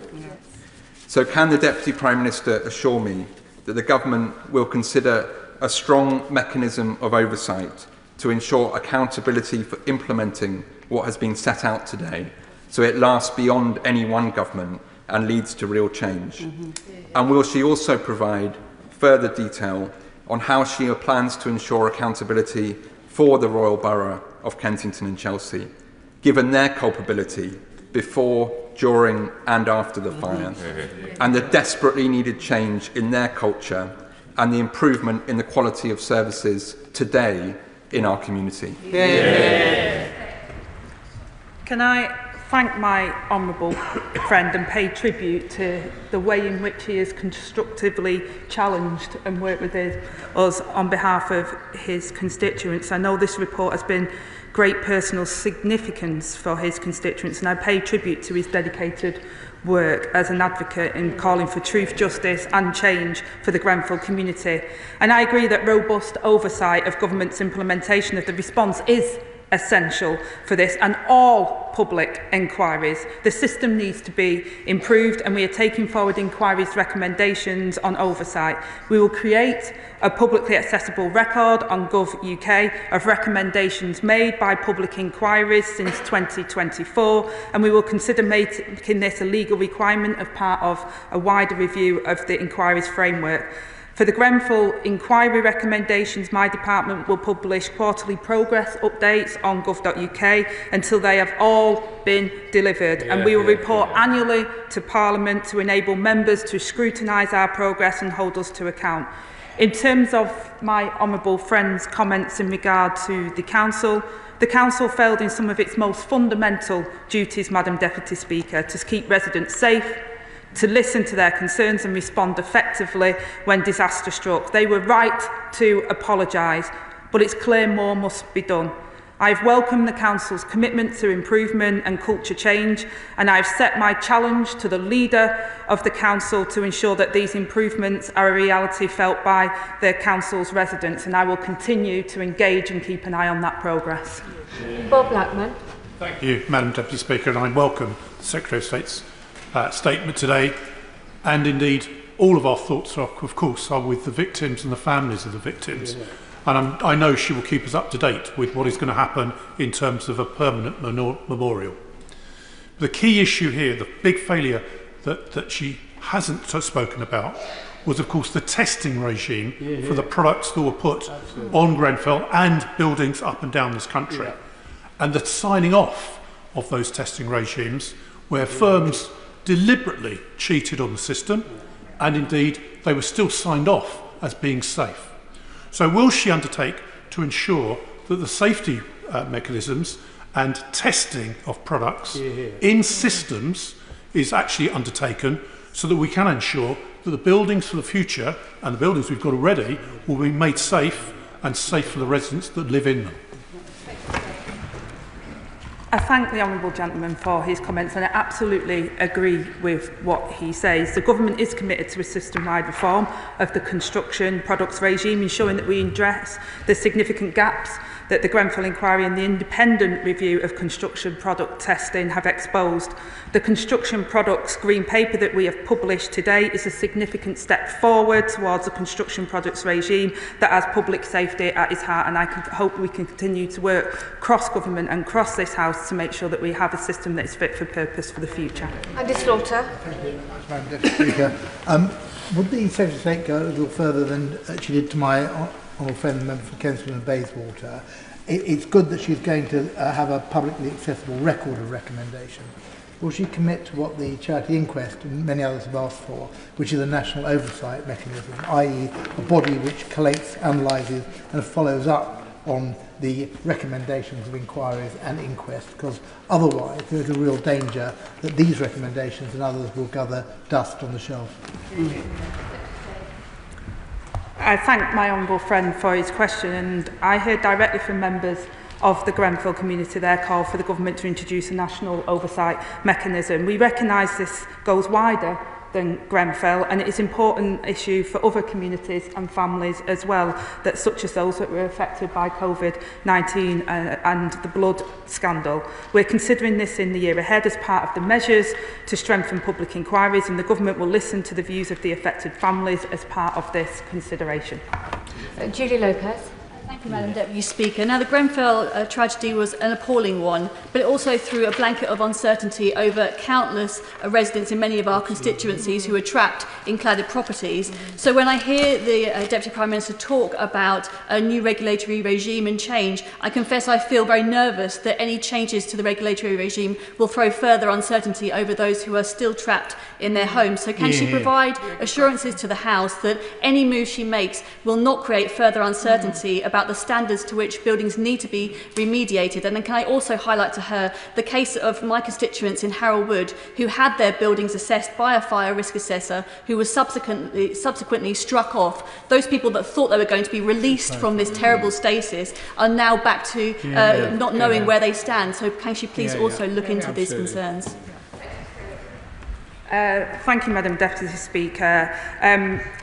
I hope that what we're announcing today and what we're trying to do is around bringing clarity to the system. I think one of the things that came out of the Phase 2 report was where the system was disjointed, and actually bringing clarity will hopefully make sure that people understand what they are meant to do, what their legal obligations are, that we expect them to do it, and if they don't do it, there will be serious consequences for those that don't. I also point to the remediation acceleration plan. I completely understand that many people still are in buildings that are unsafe, and that is unacceptable, and that's why this government is taking action on that. And in terms of the Horringwood case that she mentioned, I'm happy for her to meet with the Building Safety Minister. Dawn Butler. Thank you, Madam Deputy Speaker. And I thank the Secretary of State for her important statement today.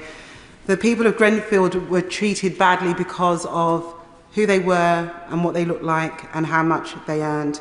We say 72 people were killed in Grenfell.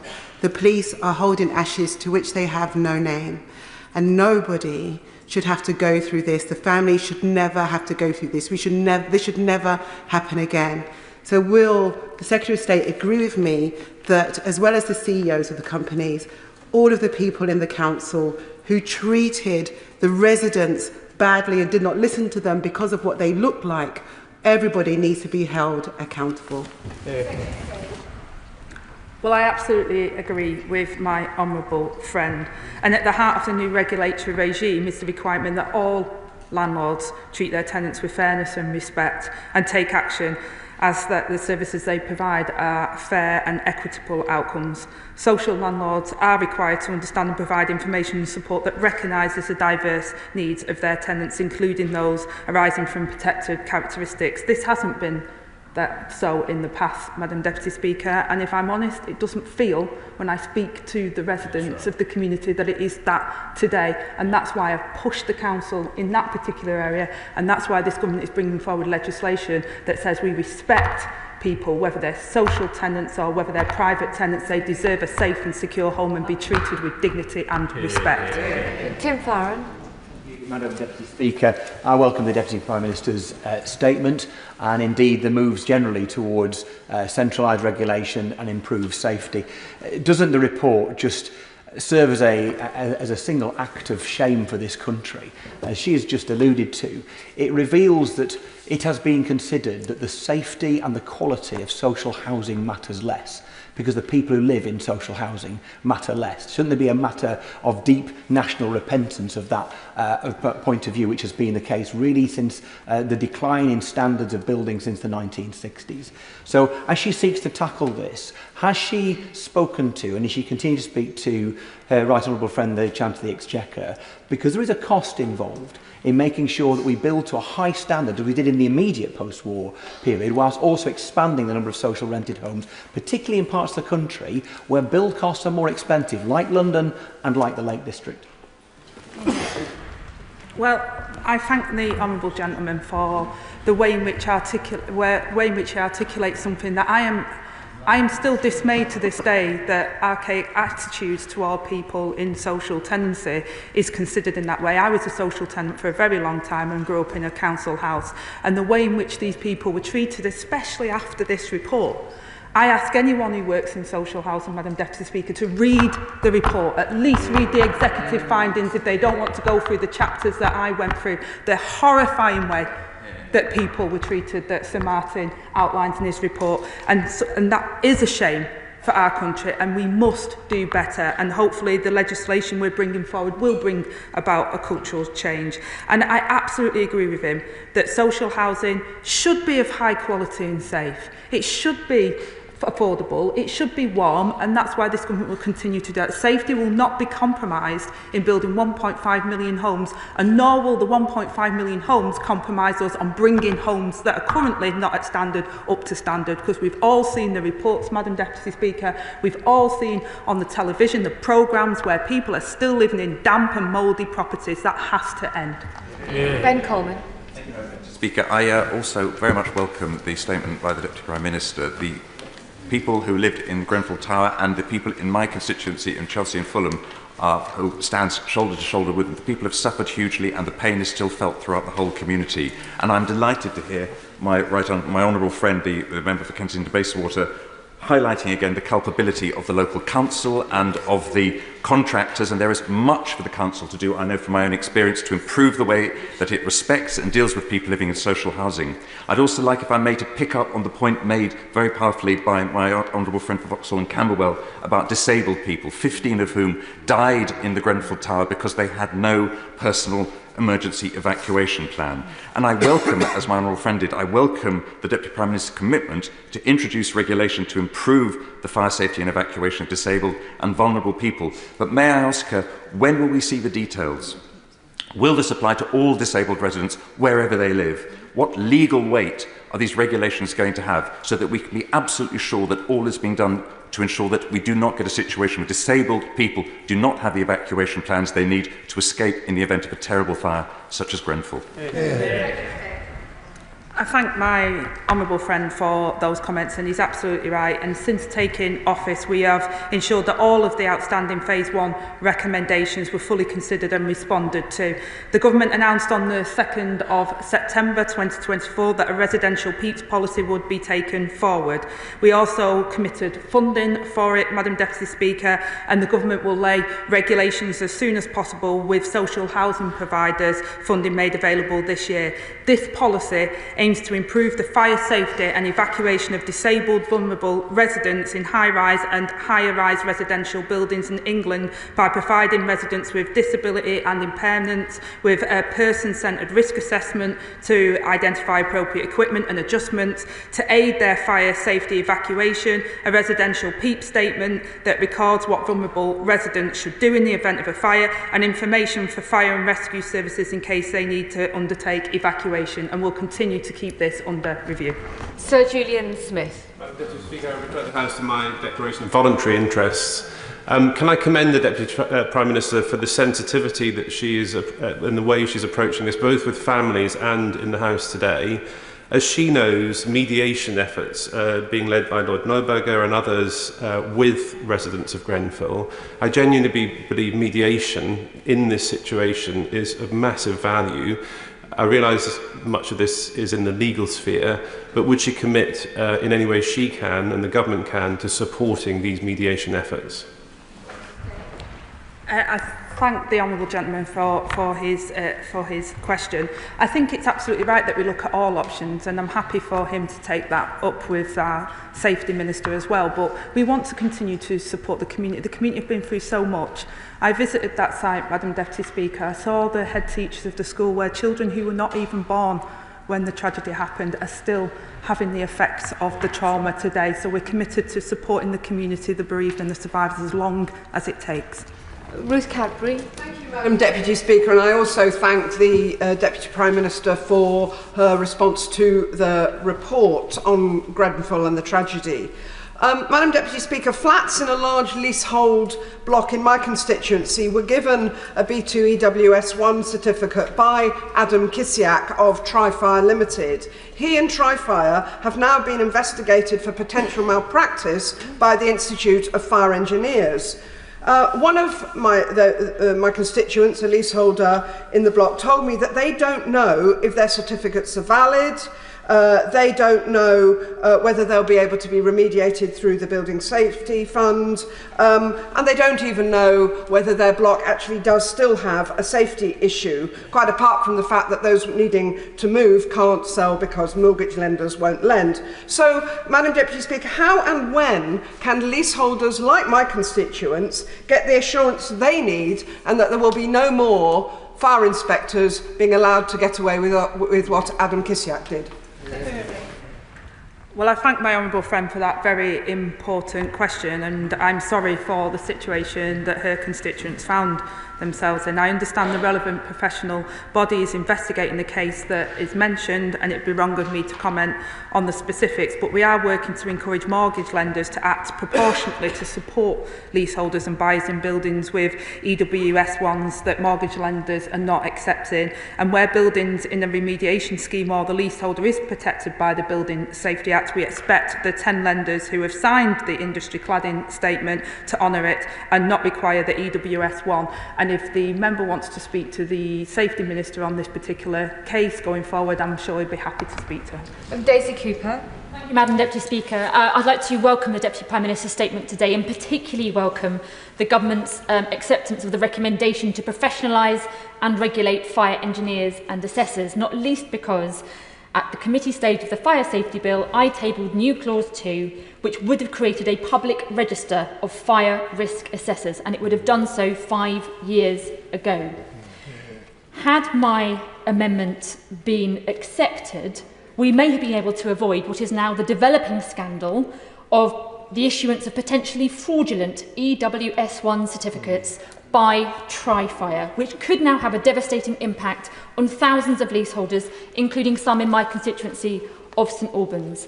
In light of concerns both in the media and concerns that have been raised in this House today by members of all sides, could I please urge the Deputy Prime Minister to both convene a meeting for all MPs whose constituents are affected, and would she agree with me that it is now time that the police investigate these reports? Well, Madam Deputy Speaker, I will expand that invitation. I'm sure the Safety Minister will be happy to do that. And we will legislate to make it a mandatory requirement for fire risk assessors that are competent to perform their critical role, certified against approved standards by a UKS accredited certification body. And the Government is supporting an industry-led British standard for fire risk assessors that's currently being drafted. And once this is completed, this will create a single clear definition of competence against which certification and qualification should be mapped. Yeah. Clive Betts. Thank you, Madam Deputy Speaker. Our thoughts today are obviously with the Grenfell survivors and the family and friends of those who died. Can I thank my right honourable friend for a comprehensive response to the inquiry report.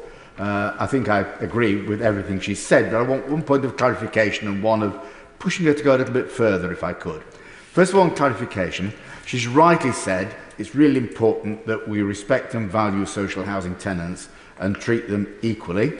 Is she therefore going to give equal access to social housing tenants to the Building Safety Fund that is currently enjoyed by private leaseholders? And secondly, in terms of product testing, the testing of products by the construction manufacturers has been a disgrace over many years. They've gone round from one testing house to another till they've found one that actually passes the products. They could have several failures and one pass, but those products are on the market. Will she pick up a recommendation from the Select Committee in the last Parliament, cross-party, which said that every test done on a construction product should be made public, whether it's a failure or a pass, and then we can all see absolutely the real strength of these products and whether they really are fit for purpose before they're put on buildings. Well, I thank my honourable friend for his comments, and I'm certainly happy to look at that. We accepted all of the recommendations in full regarding what the Phase 3 report came out with, and I think it's an important baseline, but happy to look at what more we can do. And in terms of social housing as well, at the autumn budget we'll set out plans to give councils and housing associations the rent stability they need to be able to borrow and invest in both new and existing homes, while also ensuring that there's appropriate protections for both existing and future housing tenants. We'll bring forward details for future government investment as part of the forthcoming spending review, and we'll keep that under review. So Julian Lewis. Leaseholders listening to the Deputy Prime Minister's very comprehensive statement today will have heard her mention the role of developers in remediation for those blocks covered in inadequate and dangerous cladding. Can she explain in more detail what happens where those developers may have defaulted in some way, may no longer be in existence, and freeholders then seek to visit the costs of remediation on the innocent leaseholders? I think the legislation covers this to some extent, but it would be helpful if she would set it out in more detail. I thank the honourable gentleman for his comments, and they will get access to the cladding remediation scheme. And we're really clear, Madam Deputy Speaker, that building owners must fix their buildings, and there's no doubt about that. And there are already legal powers to enforce landlords to act, and we'll make them do that quicker and give them a harder bite as part of that. But we also recognise that there is some elements where that won't happen, and that's why that scheme is available. Oh, Jacob Collier. Thank you, Madam Deputy Speaker. The Secretary of State is right to say that progress has been made on building safety, but that we need to go much further. She'll know that fire and rescue services have already made huge improvements in this area, both with new equipment and also processes, but we must roll out stronger national standards across the fire and rescue sector. So can I ask her what progress has been made on establishing the National College of Fire and Rescue? I thank my honourable friend for his comments, and he's absolutely right, and the Phase 2 report by Sir Martin was very clear on the recommendations, and we are taking them forward. We intend to launch a consultation on the College of Fire and Rescue, including proposed functions and structures this summer. Delivering a college will require careful planning and investment, as well as legislation to ensure that it would have the necessary legal foundations, and we're also considering funding models as part of the spending review. Richard Tice. Thank you, Madam Deputy Speaker. I welcome everything that the Deputy Prime Minister has said, and other honourable members too. But there is still a fatal flaw which has not been raised, and as someone with 30 years' experience in the real estate sector, can I urge the Deputy Prime Minister and her officials to focus on the single staircase? Because the 2009 Lacanau House report recommended that above 6 stories, retrospectively, fire suppression systems, sprinkler systems were installed. It's the best way to save lives. And I think we need to relook at that for existing buildings, and also future buildings can still be designed with a single staircase above 6 stories until 2028. That, Deputy Prime Minister, I would urge you to say is too long. Well, I thank the honourable gentleman for his contribution to this debate and also his expertise in this area. The approved document B is now subject to continuous review by the Building Safety Regulator, who has already taken steps in regards to this matter, and a wider review of building safety regulations will be undertaken, and will consider what action is needed from all resulting recommendations. Mike Reader. Deputy Speaker, and thank you to the Secretary of State and her team for their work on the government's response to the inquiry. I would just say to the House, as someone who spent my life in the construction sector, fixing construction products is incredibly challenging. So I really welcome the Green Paper published today, because we have to get that right. 2 questions to the Secretary of State. Could you confirm that the new regulator and advisor will work with existing government and industry bodies, including the Construction Leadership Council, which is co-chaired by the Minister of Industry and Mark Mace, who've done some brilliant work on building safety already? And could you also set out a bit more clearly the teeth that the new regulator is going to have to tackle dodgy developers and cowboy builders, big and small? I thank my honourable friend for his question, and yes, they will work together, and hopefully that's what we want to see. And the Building Safety Regulator, we've granted funding and also support for them and the Safety Executive to improve the support that's offered, and will continue to do so. They will have teeth. We will be looking at what further legislation we may need, Madam Deputy Speaker, but we expect where there is issues and where things have been highlighted that action is taken, and where action isn't taken, we expect there to be consequences. Paula Denyer. Thank you, Madam Deputy Speaker. I thank the Deputy Prime Minister for her commitment to the inquiry's recommendations and her commitment to systemic change. Picking up the thread from the 2 honourable members opposite around an oversight mechanism for state-related deaths, I was shocked when I discovered that it is nobody's job to track and make sure that recommendations from Prevention of Future Death reports are enacted. These have a relevance for victims of huge tragedies like this one, but just as much for individual tragedies such as that of one of my constituents. And so I have a private member's bill in on this proposal. So I would like to ask the Deputy Prime Minister to meet with me to talk about this idea in detail and how it can be enacted. Well, again, I think the honourable member is absolutely right to raise this regarding oversight mechanism, and I think I've addressed some of that and the wider issues that, not just in terms of this inquiry, but all inquiries that we've had, and there's been far too many inquiries into tragedies in that we shouldn't be having these scandals and these tragedies happen. When we will hear the timing and the format of that review of the Civil Contingencies Act.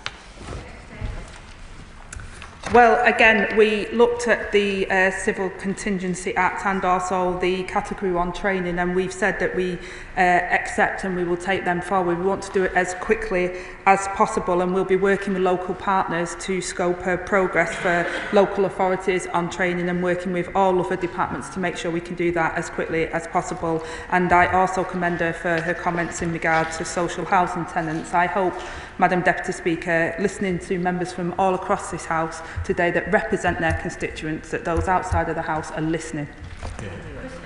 Thank you, Madam Deputy Speaker. And can I thank the Secretary of State for her statement today and her continued commitment to get justice for the victims of this terrible tragedy. I had the opportunity to meet some of the families of those victims, and I want to commend their bravery.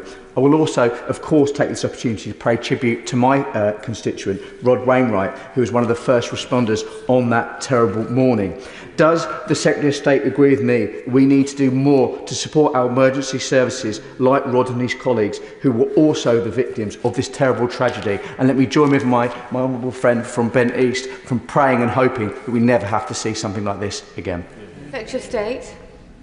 Well, I absolutely agree with my honourable friend, and I pay tribute to Rob and his colleagues. And of course, not long after being appointed into this position as Secretary of State, of course, there's another fire within Barking and Dagenham, and it was the same first responders that were out again, and the trauma and the fact that they put themselves at harm's way without question or fear is an absolute testament for the work that they do, and we owe them a debt of gratitude, and we also owe them the support ongoing when they have done that, and we continue as a government to do that.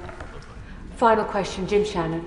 Thank you, Madam Deputy Speaker. Can I thank very much the Deputy Prime Minister for her statement today and for the update in relation to phase 2 of the inquiry report. I think we all in this House would be encouraged by the Honourable Lady's commitment to find two things: make sure that those who carry it out are held responsible under the law of the land. Number 2, to ensure that safety is improved, and that's what I would like to see. In December past, the government started plans to ban firms involved in the Grenfell fire from the public procurement. Whilst this is a very welcome step, Madam Deputy Speaker, what steps can be taken or will be taken to ensure that all firms involved in building works are liable to ensure that all materials and products are fit for purpose, to ensure that lessons can be learnt for the future from this awful tragedy? And will the Deputy Prime Minister share the conclusions with all regional administrations, especially the Northern Ireland Assembly, so that safety across this great United Kingdom of Great Britain and Northern Ireland will be improved and that we all gain? Thank you so much. Well, I thank my honourable friend for his comments, and my honourable friend, the Minister, met in Northern Ireland yesterday, so I absolutely agree with him that we should all work together to improve safety, and also that we need to make sure that the building safety regulator and what we put in train actually produces the results that we need. Hopefully, Madam Deputy Speaker, this will be a clearer path. It will be clear about what people's legal obligations are, where they sit, and if they don't do what they are expected to do, that they will be absolute enforcement of those rules. That concludes that statement. I'll give the ministers and the front bench some time just to readjust.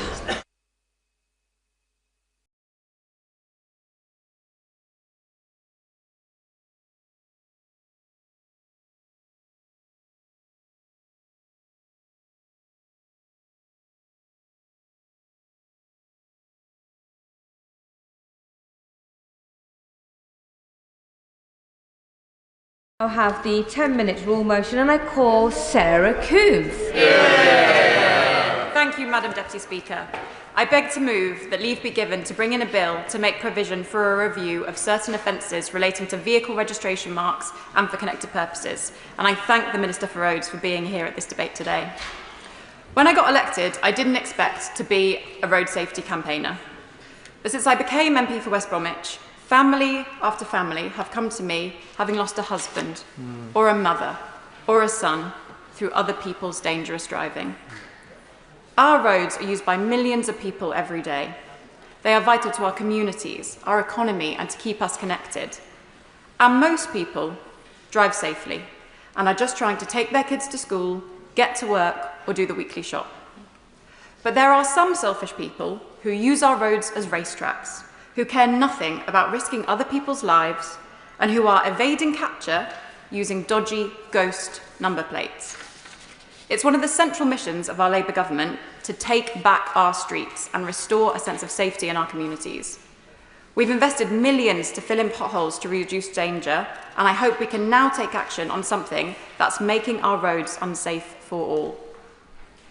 The issue of so-called ghost plates was first brought to my attention when I was standing on Kenrick Way, a busy A road in my constituency, with our local Police and Crime Commissioner and the Secretary of State for Transport. We were talking about the nightmare car races that cause hell for local residents on Friday and Saturday nights when as many as 50 cars converge on the area to race up and down this long, straight road. The Police and Crime Commissioner, Simon Foster, and local roads policing experts, explained that it was increasingly hard to catch these dangerous drivers due to the rise in ghost plates or stealth plates.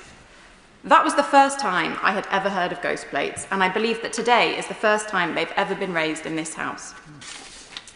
There has been little mainstream media coverage about ghost plates up till now, but go on TikTok or on Instagram and I can tell you they are widely known. And I'd like to thank camera commissioners Tony Porter and Fraser Sampson, Rob Gurney and Stuart Barnes as well, and Chief Inspector Keely Bevington and West Midlands Police for their advice and their hard work over the years bringing this issue to light. So what is a ghost or a stealth plate? These ghost plates look like normal number plates to the human eye, but they've got a reflective coating on them, or they've been interfered with in some way, which makes them unreadable to the infrared police speed cameras on our roads. If you Google ghost plates, you'll be presented with websites where you can buy a ghost plate online for as little as £30, making the vehicle invisible to the automatic number plate recognition cameras that police use to stop speeding and keep our roads safe. These websites selling ghost plates are full of disclaimers, reassuring you that they're perfectly legal as long as you don't use them on the roads. But the fact is, these plates are being used on our roads by people who want to speed around freely, run red lights, and much, much worse. And right now, if you've got a ghost plate and you speed past a camera at 100 miles an hour, the likelihood is you won't be caught. It is illegal to use these plates, but the current consequences of being caught with one are far too small. At the moment, the penalty for driving with a ghost plate is just a £100 fine. No points, no driving ban, just £100, and that is if you're caught. That's less than you get for a speeding ticket. So for those who want to drive recklessly around our roads or commit even worse crimes, why wouldn't you when the penalty is so small?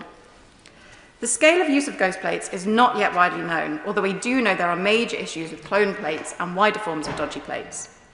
One study found that as many as 1 in 15 drivers may already be using anti-ANPR technology. However, among some groups, it could be even higher.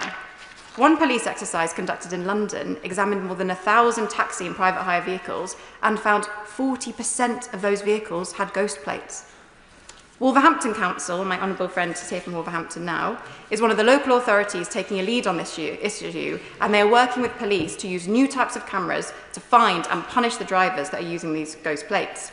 Rochdale Trading Standards have also been pioneers in combating these plates. These organisations have done great work, but this is truly a national problem. What I worry about is that the supply of these ghost plates is making all of our roads less safe. In the West Midlands, 1,000 people are killed or seriously injured on our roads each year. Across the UK, that is 30,000 people. I've been working with the charity Road Peace, who helped my constituents when they suffered terrible losses, like Diane, whose husband was killed by a driver on her phone, and a family in Oldbury who lost their mother and their grandmother, who was hit by a car that sped away. A couple of weeks ago, the RAC found that almost half of UK police forces have caught motorists driving more than 90 miles an hour on 30-mile-an-hour roads. West Midlands Police clocked a driver going at 100 on a 30-mile-an-hour road. If a driver is using a ghost plate, then most current police cameras will struggle to identify the car and catch and punish the driver. However, police and local authorities are getting wise to these plates and investing in new technology to catch them. But right now, it's too easy to buy one of these ghost plates, and the consequences for having one are far too soft. And there's no consequences for the companies who sell these online with these disclaimers about not being able to use them on the roads when they know full well that is exactly what they're being used for. This bill calls for a review of the penalties for ghost plates, and I think we need to see fines of £1,000 as well as 6 points on your licence. The current fine of £100 is hardly a deterrent, but a £1,000 fine, the threat of 6 penalty points, potentially even vehicle seizure or licence disqualification, those would be ways to clamp down on the use and supply of ghost plates. This would not only make our roads safer, but ensure our roads cannot be used to carry out crime. This also speaks to something wider, about the immense importance of a little piece of plastic that is the number plate. This little piece of plastic upholds the rules of our roads, from traffic laws and speeding fines to car insurance, road tax and bus lanes. It also enables the police to track and arrest criminals who are using cars to flee the scenes of crime and move drugs and stolen goods. And yet, this little piece of plastic is removable, modifiable, clonable, and almost entirely unregulated. The humble number plate, as Camera Commissioner Tony Porter called it, is under threat, because the national camera system that is used to keep all our roads safe, ANPR, is being undermined by people who are using dodgy and ghost plates. Madam Deputy Speaker, to conclude, it should be a basic right for all of us to feel safe as we walk, cycle and drive along our streets. But the reality is, too many of us don't. That's why the new government has committed to publishing a road safety strategy, the first in over a decade, which is something I really welcome. The majority of drivers in West Brom and around the whole country just want to get from A to B safely. But there are a select minority of people who think that they are above the law and that by using a ghost plate, they can get away with running red lights, drink driving, speeding, and much, much worse. It cannot be right that these drivers are not facing the consequences of their actions and are creating so much danger for everyone else. So I urge the government to consider this bill in their road safety strategy. The drivers using these ghost plates have gone under the radar for too long, but now they've been rumbled and it's time to crack down on them. The question is that the honourable member have leave to bring in the bill. As many of their opinions say aye? Aye. Of the contrary, no. The ayes have it, the ayes have it. Who will prepare and bring in the bill? Chris Blore, Antonia Bantz, Serena Brackenridge, Sonia Kumar, Sean Davis, Gurinder Josan, Jacob Collier, Sarah Edwards, Paul Waugh, Rachel Taylor, Lee Ingham and myself, Madam Deputy Speaker. Sarah Coombs.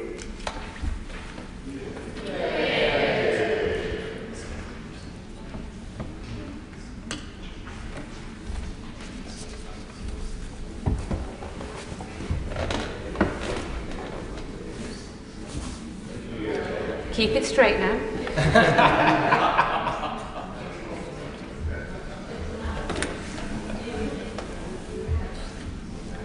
Thank you. Vehicle Registration Offences Review Bill. Second reading what day? Friday, 7th of March. Friday, the 7th of March.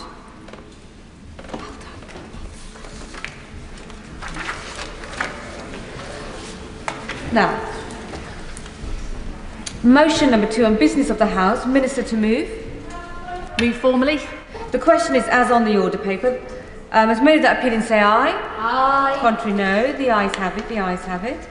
The 7 o'clock motion, Minister to move formally. Formally? We don't actually need it, but thank you very much for that. Forgive me. No, it's myself. Thank you. We're all very keen to crack on.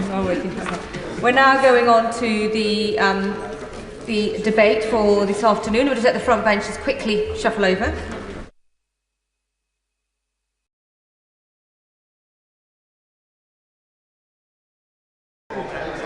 We have hours to continue to be excited, folks. Hours. We now come to the motion. In the name of the Leader of the Opposition on family businesses. The Speaker has not selected the amendments, and I call Mal Stride to move the motion. Thank you, Madam Deputy Speaker, and I beg to move the motion on the order paper. Madam Deputy Speaker, in the last general election, the party opposite, now the government, told us that they aspired to become the natural party of business. The natural party of business. An absurd suggestion, given what has happened over the last 7 short months. As absurd, perhaps, as the business secretary claiming to be a qualified lawyer. Or as absurd, perhaps, as the Attorney General claiming to be a patriotic lawyer. Or absurd, perhaps, as the Prime Minister claiming to be anything other than a lawyer. The economy, Madam Deputy Speaker, has tanked. Inflation recently spiked at 3%. It is to go still further higher. It was 2% on the day of the general election, a legacy that we bequeath to the party opposite. Borrowing is up, substantially up, on the forecasts the OBR produced at the last budget. And growth has been killed stone dead. Growth that the Bank of England tells us will grow, an economy that will grow at half the rate that it had originally suggested. It is no wonder, Madam Deputy Speaker, that all the business confidence surveys show confidence crashing through the floor as a result of what this government is doing. Businesses laying off jobs, Businesses putting up prices, businesses reducing investment, businesses sometimes having to put themselves up for sale or even worse, going under. I will give way to the honourable lady. Right. Thank you, Madam Deputy Speaker. Just on that specific point, a local businessman actually wrote to me and he said he'd spent over 50 years building his engineering business from the ground up, only to now face the possibility that his life's work could be dismantled due to the unfair tax burden. Does my right honourable friend agree with me? Why on earth would anybody want to start a business in the current climate that's been created by the benches opposite? Well, lady is absolutely right, and we see it there in these surveys to which I refer. Business confidence at virtually an all-time low. And of course, before this whirlwind of disaster visited us, Madam Deputy Speaker, we had a calmer time during the general election.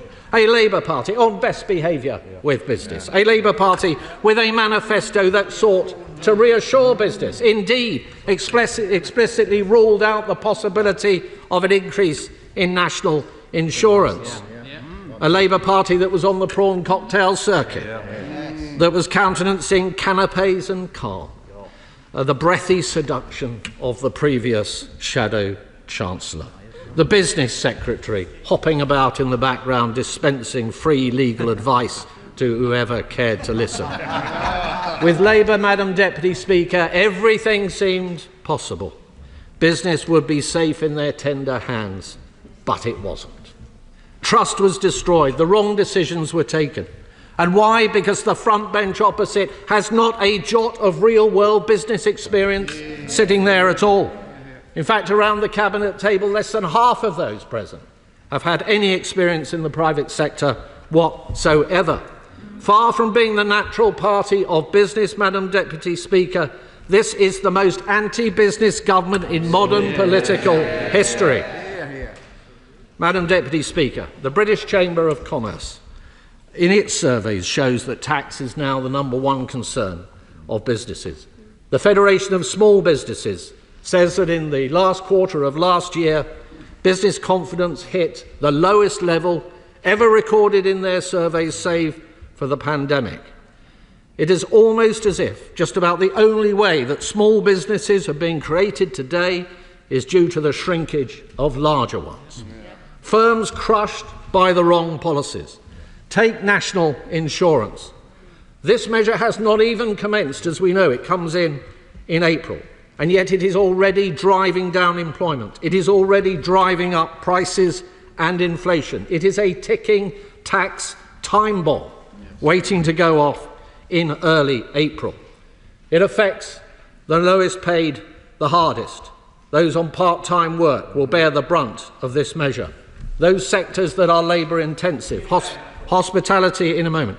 Hospitality UK found that 750,000 more jobs will be subject to national insurance as a direct effect of this government's plans. And Young's the brewer, an extra 20 pence on the price of a pint. I give way to the honourable gentleman. Honourable gentleman giving way, and I'm pleased that he's expressed concern for people who are on lower wages, and in that case I hope he will welcome from this dispatch box the decision of this Labour government to increase the living wage by 6.7% from April this year.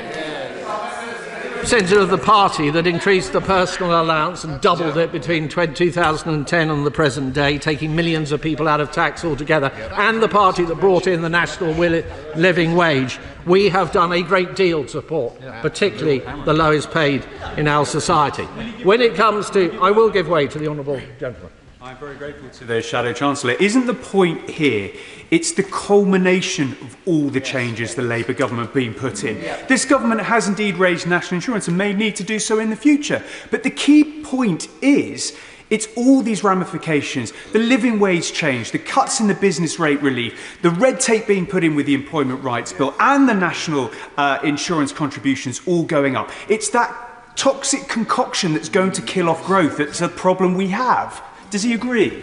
My honourable friend is absolutely right, and it is not as if, Madam Deputy Speaker, that the government was not warned about these issues. The OBR in its reports makes it extremely clear that whilst, for example, 25 billion is the headline figure to be raised through the national insurance contribution changes, the actual net is far less than that because of the behavioural impacts that necessarily follow when you tax jobs. You don't need to have spent a decade, Madam Deputy Speaker, at the Bank of England to know that.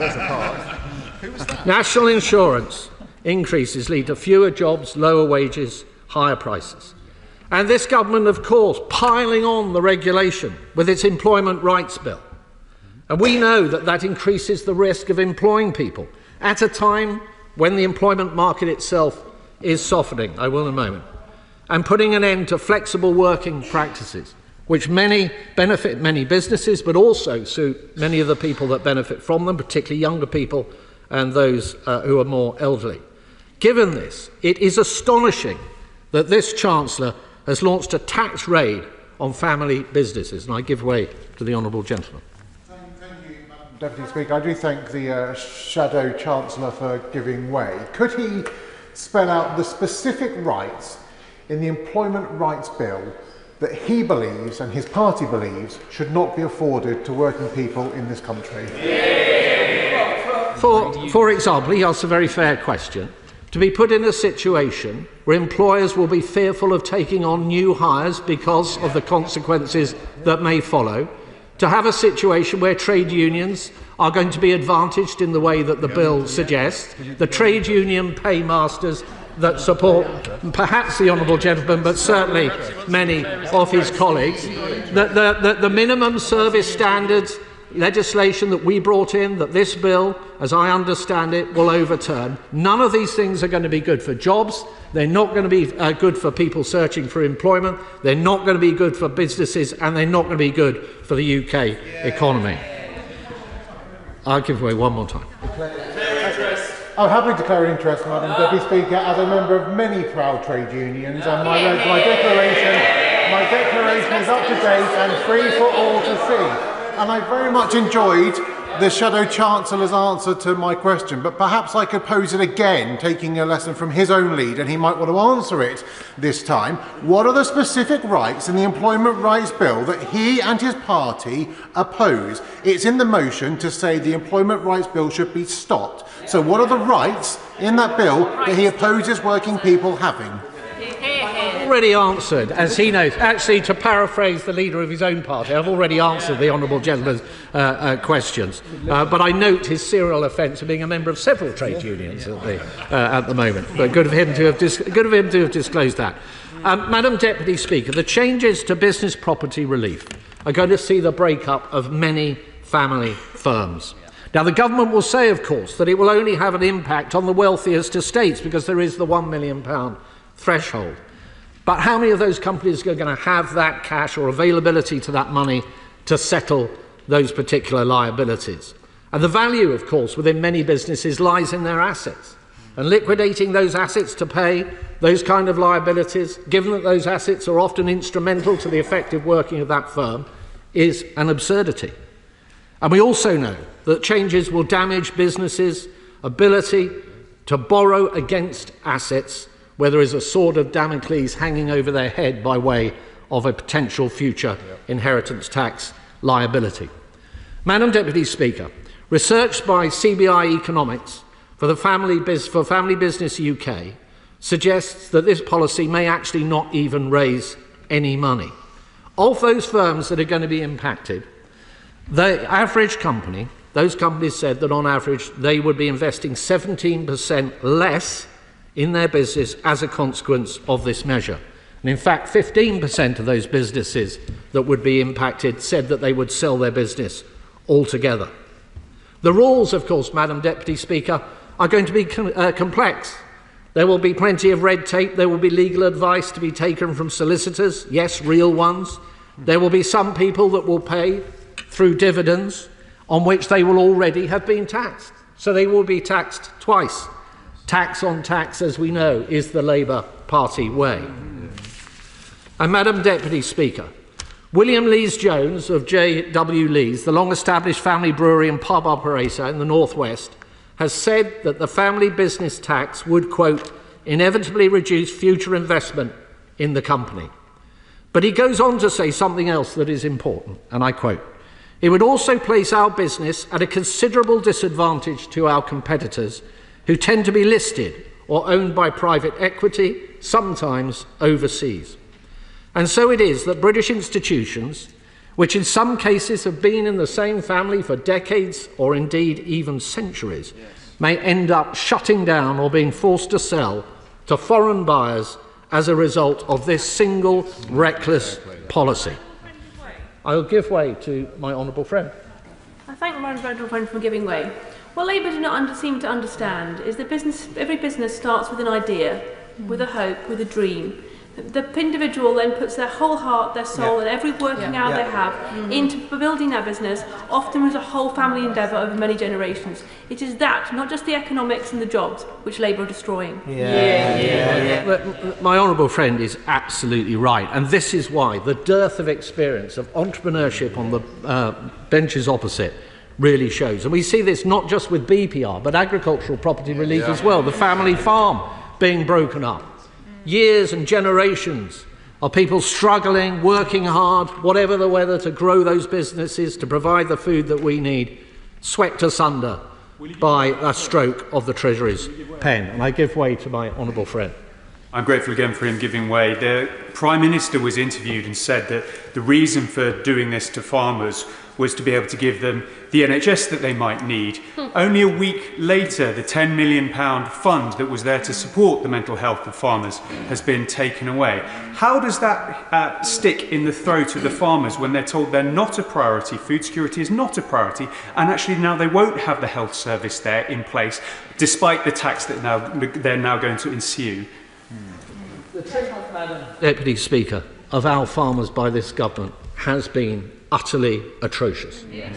Right before the last general election, the Shadow Secretary of State for DEFRA, and now the Secretary of State for DEFRA, looked the NFU in the eye and told them that at least on the measure of inheritance tax, farmers had nothing to fear from a future Labour government. And yet the point that my honourable friend makes is absolutely telling. They cared nothing about any of them. Within a matter of months of coming into office, they had already brought in their agricultural property relief changes, to the detriment of thousands of hard-working farmers up and down our country. I give way to the honourable lady. The right honourable member for giving way, and I'd like to ask him whether it was also the concern for the well-being of our farming communities and their mental health and the food security just discussed by members on those benches, whether that was also a concern of yours when the Conservative government over the 14 years also sold our farmers down the river with dodgy trade deals with Australia and New Zealand. Was that your concern then? No, not at all. Before the Shadow Chancellor responds, a concern of yours would mean the Chair. So let's start off today's business in good form. Shadow Chancellor. Madam Deputy Speaker, I think I should put on the record you have always been very pro-farmers, and it should not in any way should that ever be brought into question by anybody in this chamber. I am extremely proud of our record supporting farmers up and down the country, ever since I first came into this House, 2010, representing a highly rural constituency right in the middle of beautiful Devon. There are many schemes and much support and much money and financial support and so on that this government, when it was in office, should be very proud of.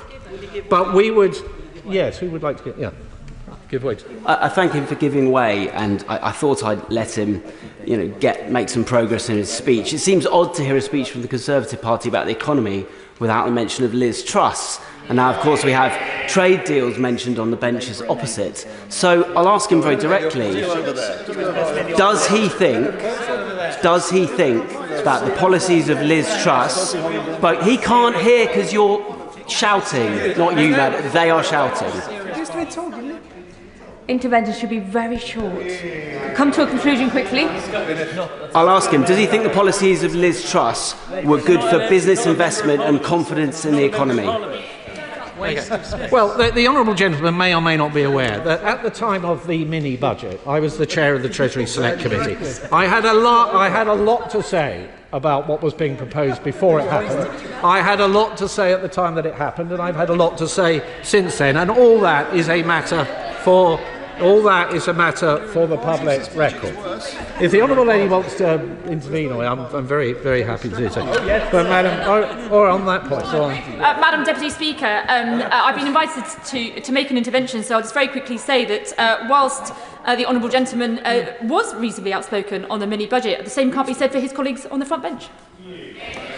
Well, Madam Deputy Speaker, I've made the position extremely clear. And what is very clear is that we actually left the current government with an excellent inheritance. In as much as... where's it all gone now? Where's it all gone? We left the party opposite with the fastest growing economy in the G7. We left the party opposite with a near record level of employment. We left the party opposite with a near record low level of unemployment. We left the party opposite with 13 consecutive months of real wage growth. And we left the party opposite with inflation having come down due to the Ukraine war, come down from over 11% in October 22 right down to 2% and bang on target on the day of the general election. That is a decent inheritance. It has taken the party opposite 7 short months to completely trash it. So we'll take no lectures from the party opposite. But we, of course, Madam Deputy Speaker, would do things very differently. And the reason we would be doing things differently is we recognise that small businesses, family businesses, are the backbone of our economy. They are the life and fire of our economy. But there is no life or fire in the Chancellor, just tragic mistakes and miscalculations. The sugar rush of borrowing and spending that we saw in the last budget, further bloating the size of the state, forcing taxes ever upwards. The failure to grasp the nettle of productivity, giving in to those trade union paymasters, above inflationary wage settlements with no strings attached whatsoever, and absolutely nothing to say from the party opposite on the issue of welfare. The budget for which has been ballooning out of control. When we were in government, Madam Deputy Speaker, when we were in, I will in a moment, we reduced the welfare budget on my watch by £5 billion. And the OBR scored over 400,000 fewer people going on to long-term sickness and disability benefits as a result of the reforms that we brought in. But there was more to be delivered. We went into the last election with a clear plan to save a further £12 billion every year as a result of our welfare reforms. But where has the zeal for welfare reform gone from the government opposite? It's evaporated entirely. In fact, it was never there. And I will just simply say, Madam Deputy Speaker, that if this government has the backbone to come forward with some serious proposals to deal with the welfare budget, such that on March the 26th, the Chancellor can come to that dispatch box in this House and say that she is unwinding those national insurance increases, then the opposition will support her. I give way to the honourable gentleman. I noticed that the motion today is on family businesses, Madam Deputy Speaker, but 96% of them are either ones with no employees or a very small number, unaffected, if not helped by the doubling of the employment allowance. Only 4% of family businesses have claimed BPR, most of them unaffected. And the Shadow Chancellor can't name a single proposal in the Employment Rights Bill. Will he apologise to family businesses for the total irrelevance of his complaints today to the theme that we're talking? I think the honourable gentleman, with great respect, should get out a bit more and speak to some of those businesses. Madam Deputy Speaker, politics is about priorities. And for all their talk of being the natural party of business, the government is instead simply reaching for the socialist comfort blanket of tax, spend, borrow and regulate. It hasn't worked before. It isn't working now. And it will never work. And is not the truth, Madam Deputy Speaker, that this government is totally out of its depth, that businesses are reeling, and that we are all paying the price? The question is as on the order paper, and I call the Minister, James Murray. Thank you very much, Madam Deputy Speaker, and my thanks to the Shadow Chancellor, the Right Honourable Member for Central Devon, for opening today's debate. Madam Deputy Speaker, The opposition, in their motion today, have set out a list of objections they have to decisions the government has taken, or, in the case of the measurements around pints, decisions that shadow ministers seem to have entirely imagined. While shadow ministers may be able to list their objections, they are unable to take responsibility for the damage to our economy that they in government were responsible for. And crucially, Madam Deputy Speaker, they are unable to offer any credible alternative. Today's motion makes clearer than ever that the Conservatives have no vision, no ideas, and no plan to deliver the change that our country needs. In contrast, Labour is the party with a plan for change. A plan to restore economic stability, boost investment and drive growth across the UK to put more money in people's pockets. We know that it is government's responsibility to provide stability, security, fiscal responsibility and to get unnecessary regulation out of the way when it stands in the way of growth. It is businesses, large and small, including family businesses and their workforces, who will create jobs and wealth and be the engines of growth in the economy. We know that pubs, shops, traders and services across the country not only play an important role in all our lives, but also drive economic growth. Those businesses and their workforces are the backbone of our economy, and they need a government who will take the right decisions, even when they are difficult, in the national interest to support our security and prosperity. And so, Madam Deputy Speaker, let me start by briefly reminding the Conservative members opposite of the context in which those decisions have been made. That context is, of course, the inheritance that this country faced after 14 years of the party opposite being in power. I'll give way. In the context that back in 2010, this government, the then government, had to borrow £158 billion. Of course, fast forward another decade, we had something called the pandemic, where we had to borrow £400 billion. So on the top of that, collectively, that's a great big difficulty to be dealing with. Now, I sat in this chamber 5 years ago when the pandemic happened, listening to all the interventions asking for more spending of money. This is the problem that the Conservative government have dealt with. Does he not agree? The honourable gentleman said we had something called the pandemic. We also had a Prime Minister called Liz Truss, and that had a pretty big impact on our economy. And I know the Shadow Chancellor is distancing himself from it. I would welcome an intervention from his colleagues if they would like to leap to Liz Truss's defence. I'll give way. No, they're not seeking to intervene on me. Funny that, Madam Deputy Speaker, there's no intention to intervene on me there. Perhaps in closing, one of the other shadow ministers can refer to Liz Truss's record and defend that. Yes, Liz Truss's record. So the way I see it, the problem is Liz Truss with her budget was she didn't set out her workings. The problem with Rachel Reeves's one is she did, and the country and the world doesn't believe it. That is far more detrimental to the situation we find ourselves in because she can't get out of that problem. That is the difference between Liz Truss and Rachel Reeves. Wow, Madam Deputy Speaker. I should let the honourable gentleman intervene more often if he's going to... If he's going to say that the only problem with Liz Truss is that she didn't set out her workings, I think the problem was rather more fundamental than that, as people across this country will attest. But frankly, Madam Deputy Speaker, it is no wonder that members opposite want to bury their heads in the sand and try and pretend the last 14 years did not happen. It was 14 years of mismanagement and decline, along with jolts of disaster, digging ever deeper holes in our public services and our economic resilience. It was their decisions that led to their resounding electoral loss last year, and it was their record in office that made the difficult decisions that we had to face on entering government necessary. I'll give way. I thank the Minister for giving way, and he's in his usual courteous way handling this debate. But can I take him back to something that he said in his remarks, which were the hospitality businesses and pubs deliver economic growth? Can I say to him that there is a small pub chain in my constituency that are having to find a third of their total turnover because of the actions of this government, meaning that they may have to close a venue which supports a small village in my constituency? Is that the economic growth that he thinks that he's delivering?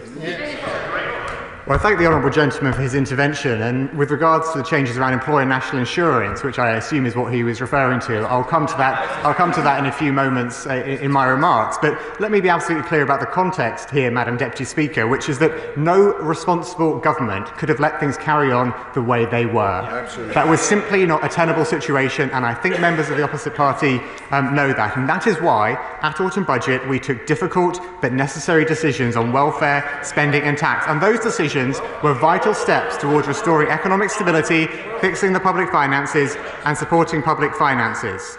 Now, as I said earlier, Madam Deputy Speaker, whilst members opposite have taken every opportunity to say they oppose these choices, they have yet to offer any solutions of their own. But difficult decisions were necessary, and so let me set out why we made some of the choices that we did. I'll give way. I thank the Minister for giving way, and thank you, Madam Deputy Speaker. The Labour Party manifesto said that by the year 28-29, they would increase spending by £9.5 billion a year. Why then did the budget increase it by that year by £76 billion, 8 times more than the Labour manifesto said? Well, Madam Deputy Speaker, as I'm sure the honourable member will know, upon entering government and speaking to Treasury officials about the state of the public finances, we uncovered a £22 billion black hole, which was known to shadow ministers, well, ministers at the time, but the OBR was not informed about. I'll give way one more time. The Minister might have noticed that there is a bigger gap between £9.5 billion and £76 billion than £22 billion. His answer was clearly ridiculous. The reason that we're talking about these kinds of tax rises is not because of the £22 billion fictional black hole, but because of the decision to increase spending by 8 times more than the Labour Party promised at the election. Will he accept that or not? Yeah.